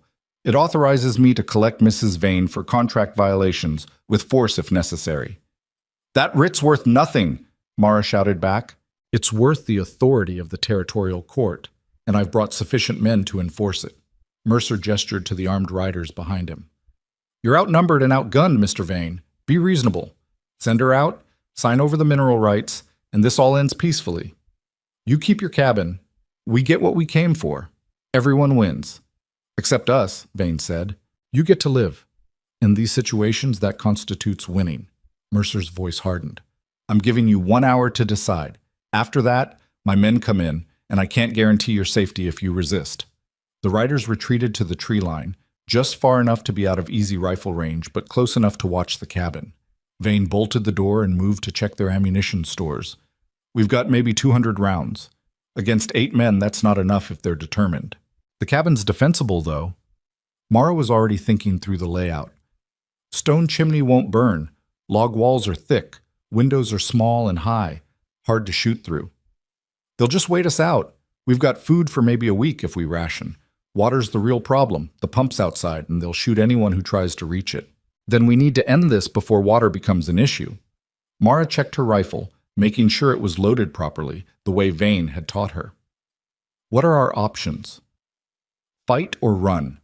Fighting means holding the cabin against 8 armed men, which we might do for a day or two before they burn us out or we run out of ammunition. Running means abandoning everything and trying to make it deeper into the mountains before they catch us. Both options end with us losing. Yeah. Vane moved to the window, studying the positions Mercer's men had taken. Unless we change the game entirely. How? He was quiet for a long moment, and when he spoke, his voice was careful. The silver vein I told you about. It's not just a small deposit. There's enough there to make a dozen men rich. If I offered Mercer a partnership, genuine partnership, not just mineral rights, but actual profit sharing, he might back off. You'd give up the silver? Mara couldn't hide her surprise. I'd give up everything to keep you safe. He looked at her. The silver doesn't matter. This cabin, the land, it's just stuff. But you? His voice roughened. I can't lose you. I won't survive losing someone else I love. The words hung between them, more powerful than any declaration made in easier times. Mara crossed to him, framed his scarred face with her hands. I love you too, she said. Which is why I'm not letting you surrender what you've built. We fight. Mara, we fight, she repeated firmly. Not because I'm brave or stupid, but because I'm tired of men like Mercer taking what they want and calling it legal. I spent 30 years being pushed around by people who thought I had no right to fight back. That's done. I fight back now. Vane pulled her close, buried his face in her hair. If things go bad, they won't. If they do, he insisted, you run. You take copper and you ride for the high country and you don't look back. Promise me. Only if you promise the same. Mara, equal partners, remember? We both run or we both fight. Those are the options. He pulled back, studied her face, and something in his expression shifted from fear to determination. Then we fight smart, make them pay for every inch, and if we're lucky, make enough noise that it brings help. What help? We're miles from anywhere. Sound carries in the mountains. There's trappers working the high valleys this time of year. If they hear sustained gunfire, some of them might come investigate. Vane moved to the gun rack, started distributing weapons and ammunition around the cabin. It's a thin chance, but it's something. They spent the next 40 minutes preparing the cabin for siege. Vane showed Mara how to fortify the windows with furniture, creating shooting positions that offered protection while maintaining clear lines of fire. They moved water barrels inside from the root cellar. Not enough for a long siege, but better than nothing. They positioned ammunition within easy reach, made sure they had fallback positions if one area became untenable. Through it all, Mercer's men waited at the tree line, patient and confident. When the hour was nearly up, Vane and Mara stood together at the front window. You're sure about this? He asked one last time. I've never been more sure of anything. He kissed her then, hard and desperate, and full of everything they might not get a chance to say later. When they broke apart, both breathing hard, his eyes were fierce. Whatever happens, he said, I'm glad I chose you. I'm glad you chose me too. Outside, Mercer stood in his stirrups and called out, Time's up, Mr. Vane. What's your answer? Vane opened the window just wide enough to be heard. My answer is go to hell. This is my land, my home, and my wife. You don't get any of it. Silence fell across the clearing. Then Mercer nodded to his men. Take the cabin. If they resist, shoot them. The riders spurred forward, and the battle for Iron Ridge began. The first shots came from Mercer's men, a volley aimed at the windows that shattered glass and splintered the shutters Vane had closed. Mara ducked instinctively, her heart hammering, but Vane was already returning fire through the gun port he'd created in the fortified window. Don't waste ammunition, he said, his voice deadly calm. Pick your targets, make every shot matter. Mara moved to her position at the side window, forced her breathing to steady, and sighted down the rifle barrel the way Vane had taught her. One of Mercer's men was dismounting, using his horse as cover while he aimed at the cabin. She led him slightly, accounting for movement, and squeezed the trigger. The shot went wide, kicking up dirt 2 feet from the man's position. He dove for better cover, and someone else returned fire that punched a hole in the wall 6 inches from Mara's head. "Good," Vane called. "You made him move. That's a win." The fight settled into a brutal pattern. Mercer's men would advance under covering fire, trying to get close enough to rush the cabin or set fires against the walls. Vane and Mara would drive them back with carefully aimed shots that made approaching the cabin too costly, but they were losing the war of attrition. Every bullet Mara and Vane fired was one they couldn't replace. Every minute that passed was a minute closer to running out of ammunition or water. And Mercer had all the time in the world. An hour in, the barn finally collapsed completely, sending a column of sparks into the afternoon sky. The sound was like thunder, and Mara's heart broke watching it fall. All those winter stores, gone. All Vane's careful preparation, destroyed. "Don't think about it," Vane said, reading her expression. "Stay focused." Another volley of shots peppered the cabin. One found a gap in their fortifications and shattered the lamp on the table, spraying oil across the floor. Vane cursed and moved to smother it before it could ignite. That's when they heard it. A shout from one of Mercer's men, urgent and alarmed. "Riders coming in from the north." Vane moved to the window. 3 men on horseback were descending from the ridge trail, moving fast. Mountain men by the look of them, dressed in buckskin and armed to the teeth. "That's Dutch Ferguson," Vane said, surprise in his voice. "And the Morrison boys. What the hell are they doing here?" The newcomers didn't approach Mercer's position. Instead, they spread out along the tree line, their rifles ready but not aimed. Dutch, the grizzled prospector who'd claimed Helen Pritchard at the bride selection, raised his voice to carry across the clearing. "This seems like an uneven fight, Mercer. Thought we'd see if you needed help, or if Vane did." "This is private business, Ferguson. Move along." "Private business that involves burning buildings and shooting at cabins? That's the kind of business that draws attention." Dutch spat tobacco juice. "Morrison boys and I heard the gunfire. Figured we'd come see what all the excitement was about." 2 more riders emerged from a different trail. Then 3 more. Within 10 minutes, a dozen mountain men had positioned themselves around the clearing, not quite joining the fight, but definitely changing the odds. Mercer's confidence visibly wavered. His men were looking around nervously, outnumbered now and surrounded by rough men who wouldn't hesitate to make this lethal. "You're interfering with legal enforcement," Mercer tried. "Don't see any marshal with you," one of the Morrison boys called back. "Just see a bunch of armed men attacking a homestead. That's not law. That's claim jumping." "The woman is wanted for contract violations." "The woman is Mrs. Vane, legal married, and you got no right to her." Dutch levered a round into his rifle, the sound loud in the tense silence. "Now you got a choice. You can ride out of here peaceful and take this fight to actual court, or you can keep shooting and find out what happens when you bring territorial company games to mountain territory." Mercer looked around at his men, at the gathering forces, at the cabin where Vane and Mara waited with their rifles ready. The calculation was clear on his face. This had gone from a simple intimidation job to something that could cost him men he couldn't afford to lose. "This isn't over," he said finally. "Never thought it was," Vane called from the cabin. "But it's over for today." Mercer wheeled his horse around. His men followed, some of them shooting dark looks at the mountain men, but none stupid enough to restart the fight against such poor odds. They rode away, and the clearing fell into ringing silence. Dutch dismounted and walked to the cabin. Vane opened the door cautiously, rifle still in hand. "Obliged for the help," Vane said. "Don't mention it, literally. Most of us got reasons to avoid attention from territorial authorities." Dutch glanced at the burned barn. Mercer's made himself unpopular in these mountains. Too many men pressured into bad deals, too many claims disputed with suspicious documentation. When we heard sustained gunfire from your direction and saw that smoke, figured it might be development company business. "It was," Mara said, stepping out to stand beside Vane. "They're trying to force us off our land." "Won't be the last time they try," one of the Morrison boys said. "But word'll spread about what happened here today. Make them think twice about coming back in force." The mountain men didn't stay long. They had their own concerns, their own reasons for avoiding entanglements with territorial law. But before they left, Dutch pulled Vane aside. "Helen told me about the women in town standing up for your wife. Said to tell you that if things get legal messy, there's folks willing to testify about Mercer's intimidation tactics. Might not win in court, but it'll make for an ugly public fight. Development company doesn't like ugly publicity. Tell Helen thank you, Vane said.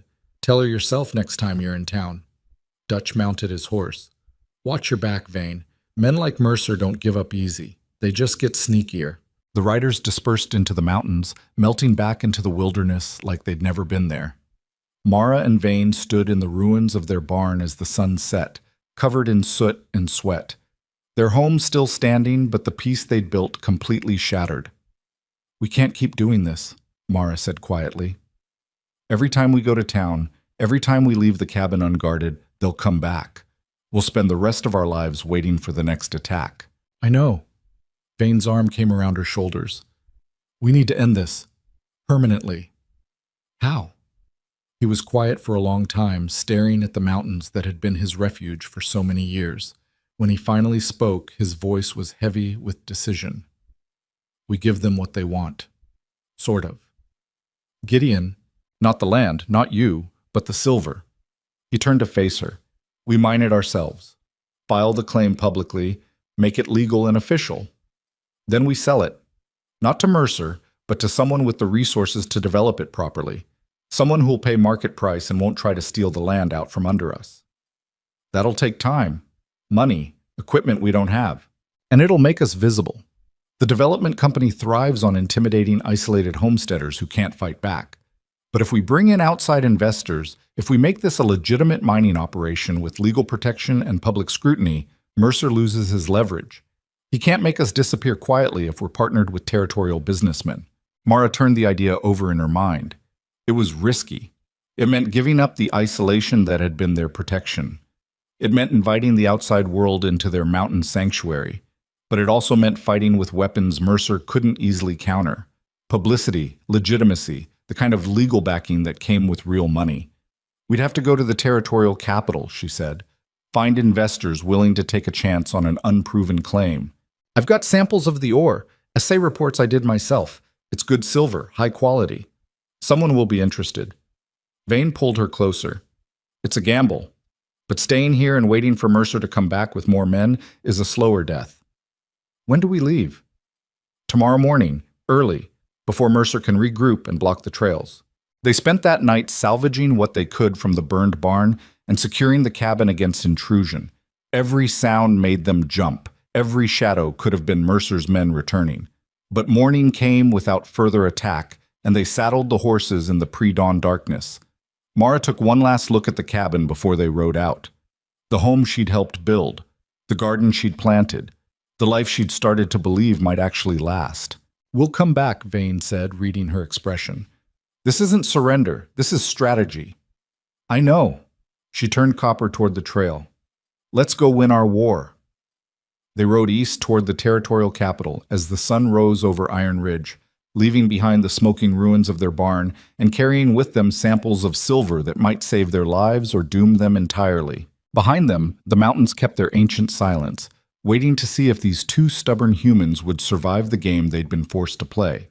Ahead, the real battle was just beginning. The territorial capital of Helena was 3 days' hard ride from Iron Ridge, and they made it in 2.5 by pushing themselves and the horses to the edge of endurance. Mara had never seen a city like this. Baltimore had been industrial, all factories and smokestacks and crowded tenements. Helena was different, raw and new, buildings going up on every corner, the streets thick with mud and ambition. Gold had built this town, and silver was keeping it alive. Everywhere she looked, she saw assay offices, mining company headquarters, banks with impressive facades that promised security and delivered varying degrees of honesty. They stopped first at a boarding house that didn't ask questions, paid for a room and a hot bath, and the chance to look less like desperate fugitives. Vane shaved and put on the one good shirt he owned. Mara borrowed a dress from the boarding house keeper, too short in the hem but respectable enough for business meetings. "You ready for this?" Vane asked as they stood outside the First Territorial Bank, where he'd learned the most reputable mining investors kept offices. "No, but I'm doing it anyway." Mara straightened the borrowed dress. "That seems to be my approach to everything lately." He took her hand, squeezed it. "You're the bravest person I know." I'm terrified. That's what makes it bravery. They walked in together. The banker who agreed to see them was a thin man named Whitmore, with spectacles and the careful manner of someone who'd been burned by bad investments before. He examined Vane's ore samples with practiced skepticism, ran his own quick assay test, and leaned back in his chair. "The silver content is good," he said. "Better than good, actually. If your claim has any significant quantity of this grade ore, it's worth developing." He set the samples down. "But I'm sure you know the problem." "Mercer," Vane said flatly. "The Western Development Company has been very aggressive about securing mineral rights in your region. They've got capital, political connections, and a reputation for eliminating competition through legal maneuvering or less savory means." Whitmore removed his spectacles, cleaned them. "If I invest in your claim and it turns out the development company has any legal basis for disputing your ownership, I lose everything. My claim is solid, filed properly, paid in full, no disputes. Except Mercer's already filed documentation questioning your boundary surveys. I checked before this meeting. There's a pending review at the Territorial Land Office." Whitmore put his spectacles back on. "I believe you're legitimate, Mr. Vane, but belief doesn't protect my investment." Mara felt the opportunity slipping away. They'd come so far, risked so much, and it was going to fail because of paperwork and intimidation. "What if we could prove Mercer's documentation is fraudulent?" she asked. Whitmore looked at her with interest. "Could you?" The surveyor who marked Vane's original claim boundaries was a man named Tom Sullivan. He died 2 years ago, which is probably why Mercer felt safe claiming his work was sloppy. But Sullivan kept duplicate records. His widow still lives in Black Hollow. Mara was making connections as she spoke, pieces falling into place. "If we can get those records and show they match Vane's filed claim exactly, it proves Mercer's dispute is baseless." "That would help," Whitmore admitted, "but it doesn't solve the larger problem. Even if we prove this dispute is false, the development company can just file another one. And another. They'll tie you up in court for years while they work to acquire the land through other means. What if we didn't just defend against their attacks?" Vane's voice had gone quiet, the way it did when he was thinking through a dangerous plan. "What if we went on offense instead?" "I'm listening." "Mercer's business model depends on people being too isolated and poor to fight back. But what if we made a public case against the development company's practices? Documented their intimidation tactics, their fraudulent claims, their pattern of forcing homesteaders off legitimate land. Took it to the territorial newspapers, made it a scandal that damages their reputation and their ability to secure future investments." Whitmore's eyebrows rose. "That's aggressive. Also risky. The development company has sued critics for libel before." "Can't be libel if it's true," Mara said. "And we can prove it's true. Marshal Briggs has our complaint on file. The mountain men who intervened during the attack can testify. The other mail-order brides in Black Hollow saw Mercer's harassment firsthand. We build a case so solid they can't hide from it. And while they're busy defending their reputation," Vane added, "we develop the mine with your backing, establish legitimate operations, and make it too expensive for them to keep fighting." Whitmore was quiet for a long moment, his fingers steepled in thought. Finally, he leaned forward. "If you can get Sullivan's widow's records and deliver them to the land office, and if you can gather testimony from witnesses willing to go on record about the development company's intimidation tactics, I'll back your mining operation. 40% stake for my capital investment. You retain majority ownership and operational control." 30%, Vane countered. 35, and I cover all legal fees if Mercer sues. "Deal." They shook on it. Walking out of the bank, Mara felt lighter than she had in weeks. They had a chance. A real chance. Not just at survival, but at actually winning. "We need to get back to Black Hollow," she said. "Talk to Sullivan's widow. Gather those testimonies. And hope Mercer hasn't already gotten to everyone first." Vane helped her onto her horse. "This is going to get messier before it gets better." "Good thing we're used to messy." They rode hard back toward Black Hollow, stopping only when the horses absolutely needed rest. Somewhere behind them, Mara knew Mercer was making his own plans. Men like him didn't take defiance well. They'd burned the barn as a warning. What would they do when they found out Vane and Mara were actively fighting back? The answer came 2 days later, when they were still half a day's ride from town. They'd stopped to water the horses at a creek when Mara heard it. The sound of riders, multiple horses, moving fast and not bothering to hide their approach. She and Vane had weapons in hand and cover positions selected within seconds. The hard-won instincts of people who'd learned that survival meant constant vigilance. 6 riders emerged from the trees. Mercer led them, his face twisted with fury that he wasn't bothering to hide anymore. "I underestimated you," he called out, reining in 20 yards away. "That was a mistake I won't repeat." "You followed us to Helena," Vane said. It wasn't a question. "I have people watching the territorial capital. They told me about your meeting with Whitmore, about your clever plan to turn this into a public scandal." Mercer dismounted slowly. "But here's what you don't understand, Mr. Vane. Public scandals require witnesses. Living witnesses." Ice flooded Mara's veins. "You're threatening to kill us." "I'm explaining reality. Accidents happen in the mountains all the time, particularly to people who ride dangerous trails while distracted by legal troubles. Falls, animal attacks, simple exposure, all perfectly plausible." His smile was cold. "And once you're gone, your claim reverts to disputed territory, which the development company will be happy to purchase from the territorial government for a fair price." "You kill us, people will know it was you," Mara said. "Will they?" 2 people with a history of conflict with a legitimate business, who rode off into dangerous country and never came back. That's tragedy, not murder. Mercer gestured to his men. "Last chance. Sign over the mineral rights now. Mrs. Vane comes with us to work off her contract debts and civilized accommodations, and you walk away alive. Refuse, and we do this the hard way." Vane's rifle was already aimed at Mercer's chest. "You're not taking her, and you're not taking my land." "Then you're both dead," Mercer nodded to his men. "Take them." The 6 riders spread out, trying to flank their position. Mara's heart hammered, but her hands were steady as she sighted down her rifle. She'd faced worse odds at the cabin siege. She'd survived factory floors where women lost fingers to machinery and landlords who thought rent could be paid in other ways. She'd survived being rejected and mocked and told she was worthless. She could survive this. "On 3, Vane murmured beside her. "We shoot, then we run for that ravine to the east. The horses can't follow us down the steep parts, and we can lose them in the rocks." "On 3, Mara agreed. But before Vane could count, a rifle shot cracked across the valley, not from their position or Mercer's, but from the ridgeline above. Everyone froze. "That's far enough, Mercer." A woman's voice, sharp with authority. Helen Pritchard Ferguson appeared on the ridge, Dutch Ferguson beside her, both armed and flanked by at least a dozen other mountain folk. Seemed to be making a habit of riding around with armed men, threatening people. Some might call that a pattern of behavior. "This is none of your concern, Mrs. Ferguson," Mercer called back. "Everything that happens in these mountains is my concern, and Dutch's concern, and the concern of everyone up here who's tired of watching you bully homesteaders." Helen raised her voice. "We've been following you since you left Helena, watching you track the veins, listening to your plans, and we've heard enough to know exactly what kind of man you are." More riders emerged from the trees.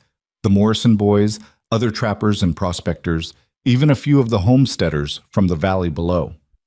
Within minutes, Mercer's 6 men were facing 30 armed locals, all of whom looked perfectly willing to make this lethal. Mercer's confidence cracked. "You're interfering with legal business. You just threatened to murder 2 people and make it look like an accident," Dutch interrupted. "We all heard it. That's conspiracy to commit murder, which last I checked, is illegal even by territorial standards. It's your word against mine." "It's 30 witnesses against you," Helen corrected, "including 3 women from Black Hollow who rode out here specifically to make sure Mrs. Vane didn't disappear quietly." She gestured, and Sarah Carver, Catherine Beck, and Emma Price rode forward, all armed and all looking significantly less delicate than they had on the bride selection platform. "You made a mistake coming after one of us," Sarah said. "We look out for each other, all of us." Mercer looked around at the gathering forces, at the impossible odds, at the trap he'd walked into. His face went through several complicated expressions before settling on cold calculation. "This isn't over," he said. "Yeah, it is." Vane stepped out from cover, his rifle still aimed at Mercer's chest. "Because tomorrow morning, I'm going to the territorial marshal with sworn testimony from 30 witnesses about your intimidation tactics, your fraudulent land claims, and your conspiracy to commit murder. By tomorrow afternoon, the newspapers in Helena are going to have a very interesting story about the Western Development Company's business practices. And by the end of the week, every investor and politician who's been supporting you is going to be running as far from your organization as possible. You can't prove. We can prove all of it. Sullivan's widow is providing the duplicate survey records that show your boundary dispute is fabricated. The marshal in Black Hollow has documentation of your harassment. These witnesses heard you threaten murder.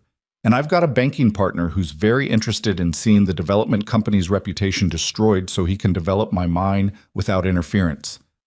Vane lowered his rifle slowly. You're done, Mercer. The only question is whether you ride away now and try to salvage something, or whether you push this and end up in a territorial prison. The silence stretched long and tense. Mercer's men were looking at him, waiting for orders, but even they could see the math didn't work anymore. Finally, Mercer gathered his reins. The development company has lawyers, resources. We'll see how this plays out in court. Looking forward to it. Vane's smile was terrible. Because I'm going to enjoy watching you lose. Mercer and his men rode away, defeated but not broken, and Mara knew this wasn't truly over. Men like Mercer had lawyers and political connections and the kind of money that could buy favorable judgments. But they'd won this round, and they'd built a foundation to win the next ones. Helen dismounted and walked over to where Mara stood. You all right? I think so. Mara's hands were shaking now that the danger had passed. Thank you. If you hadn't shown up. We look out for our own, Helen said simply.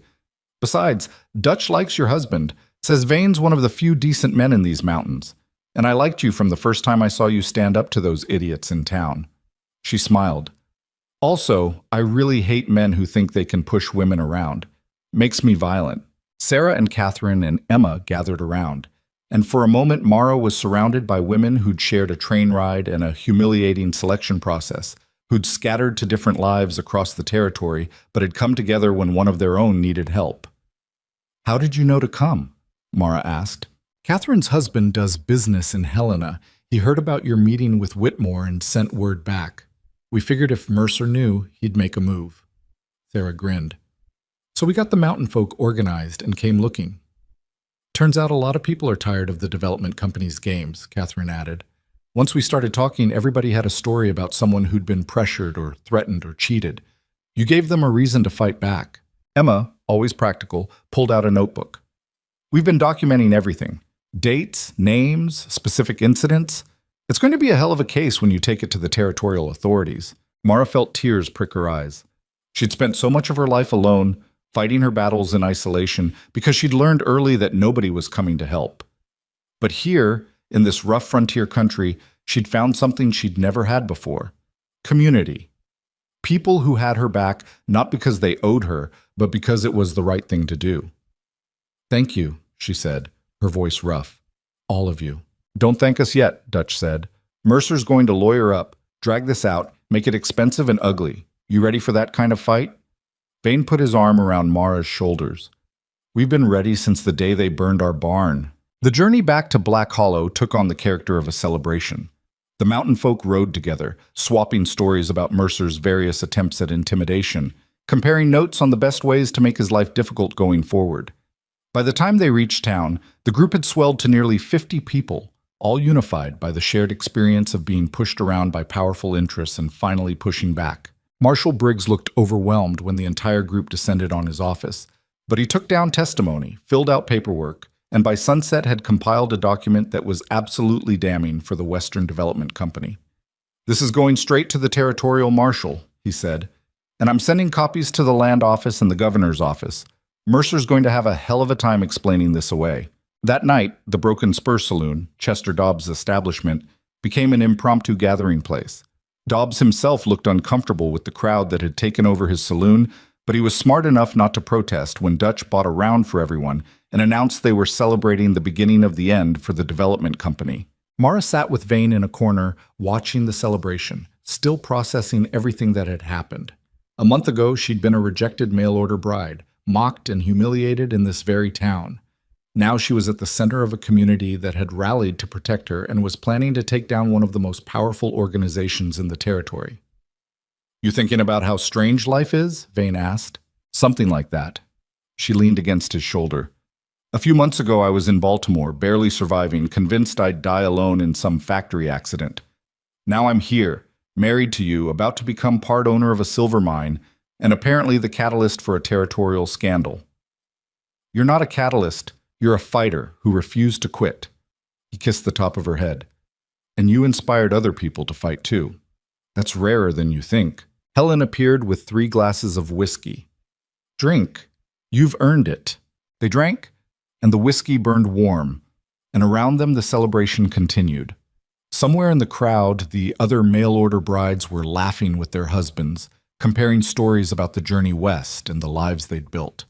The mountain men were planning how to monitor Mercer's movements and make sure he didn't try any retaliatory attacks.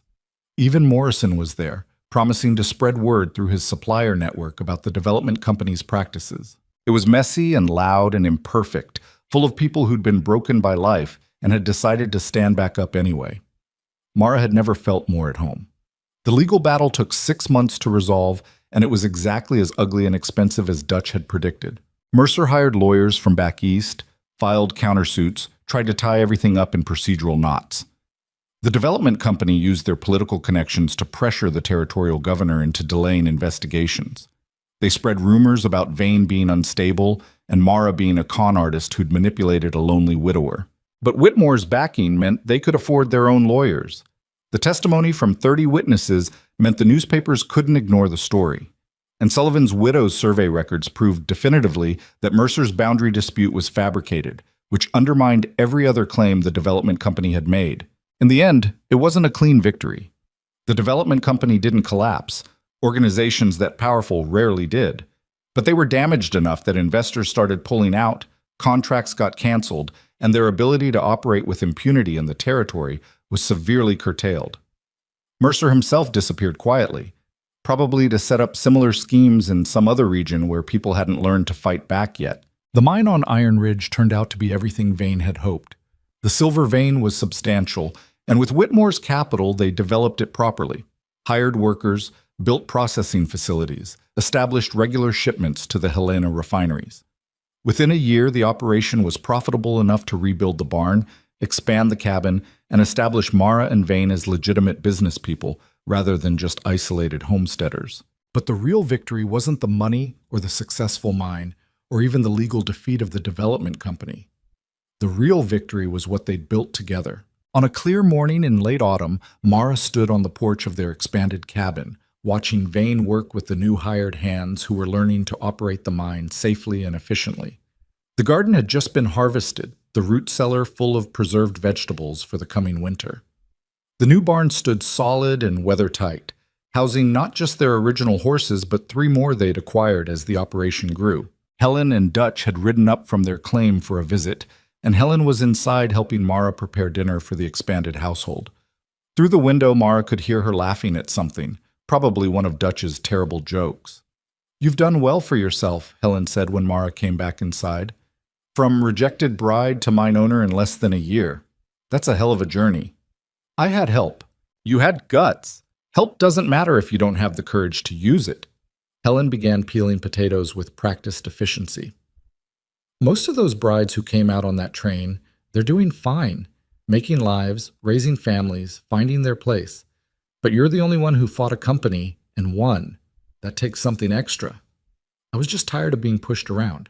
"That's what I mean. You stopped accepting that being pushed around was inevitable." Helen set down the peeling knife. "You know how many women I've met who had that realization too late?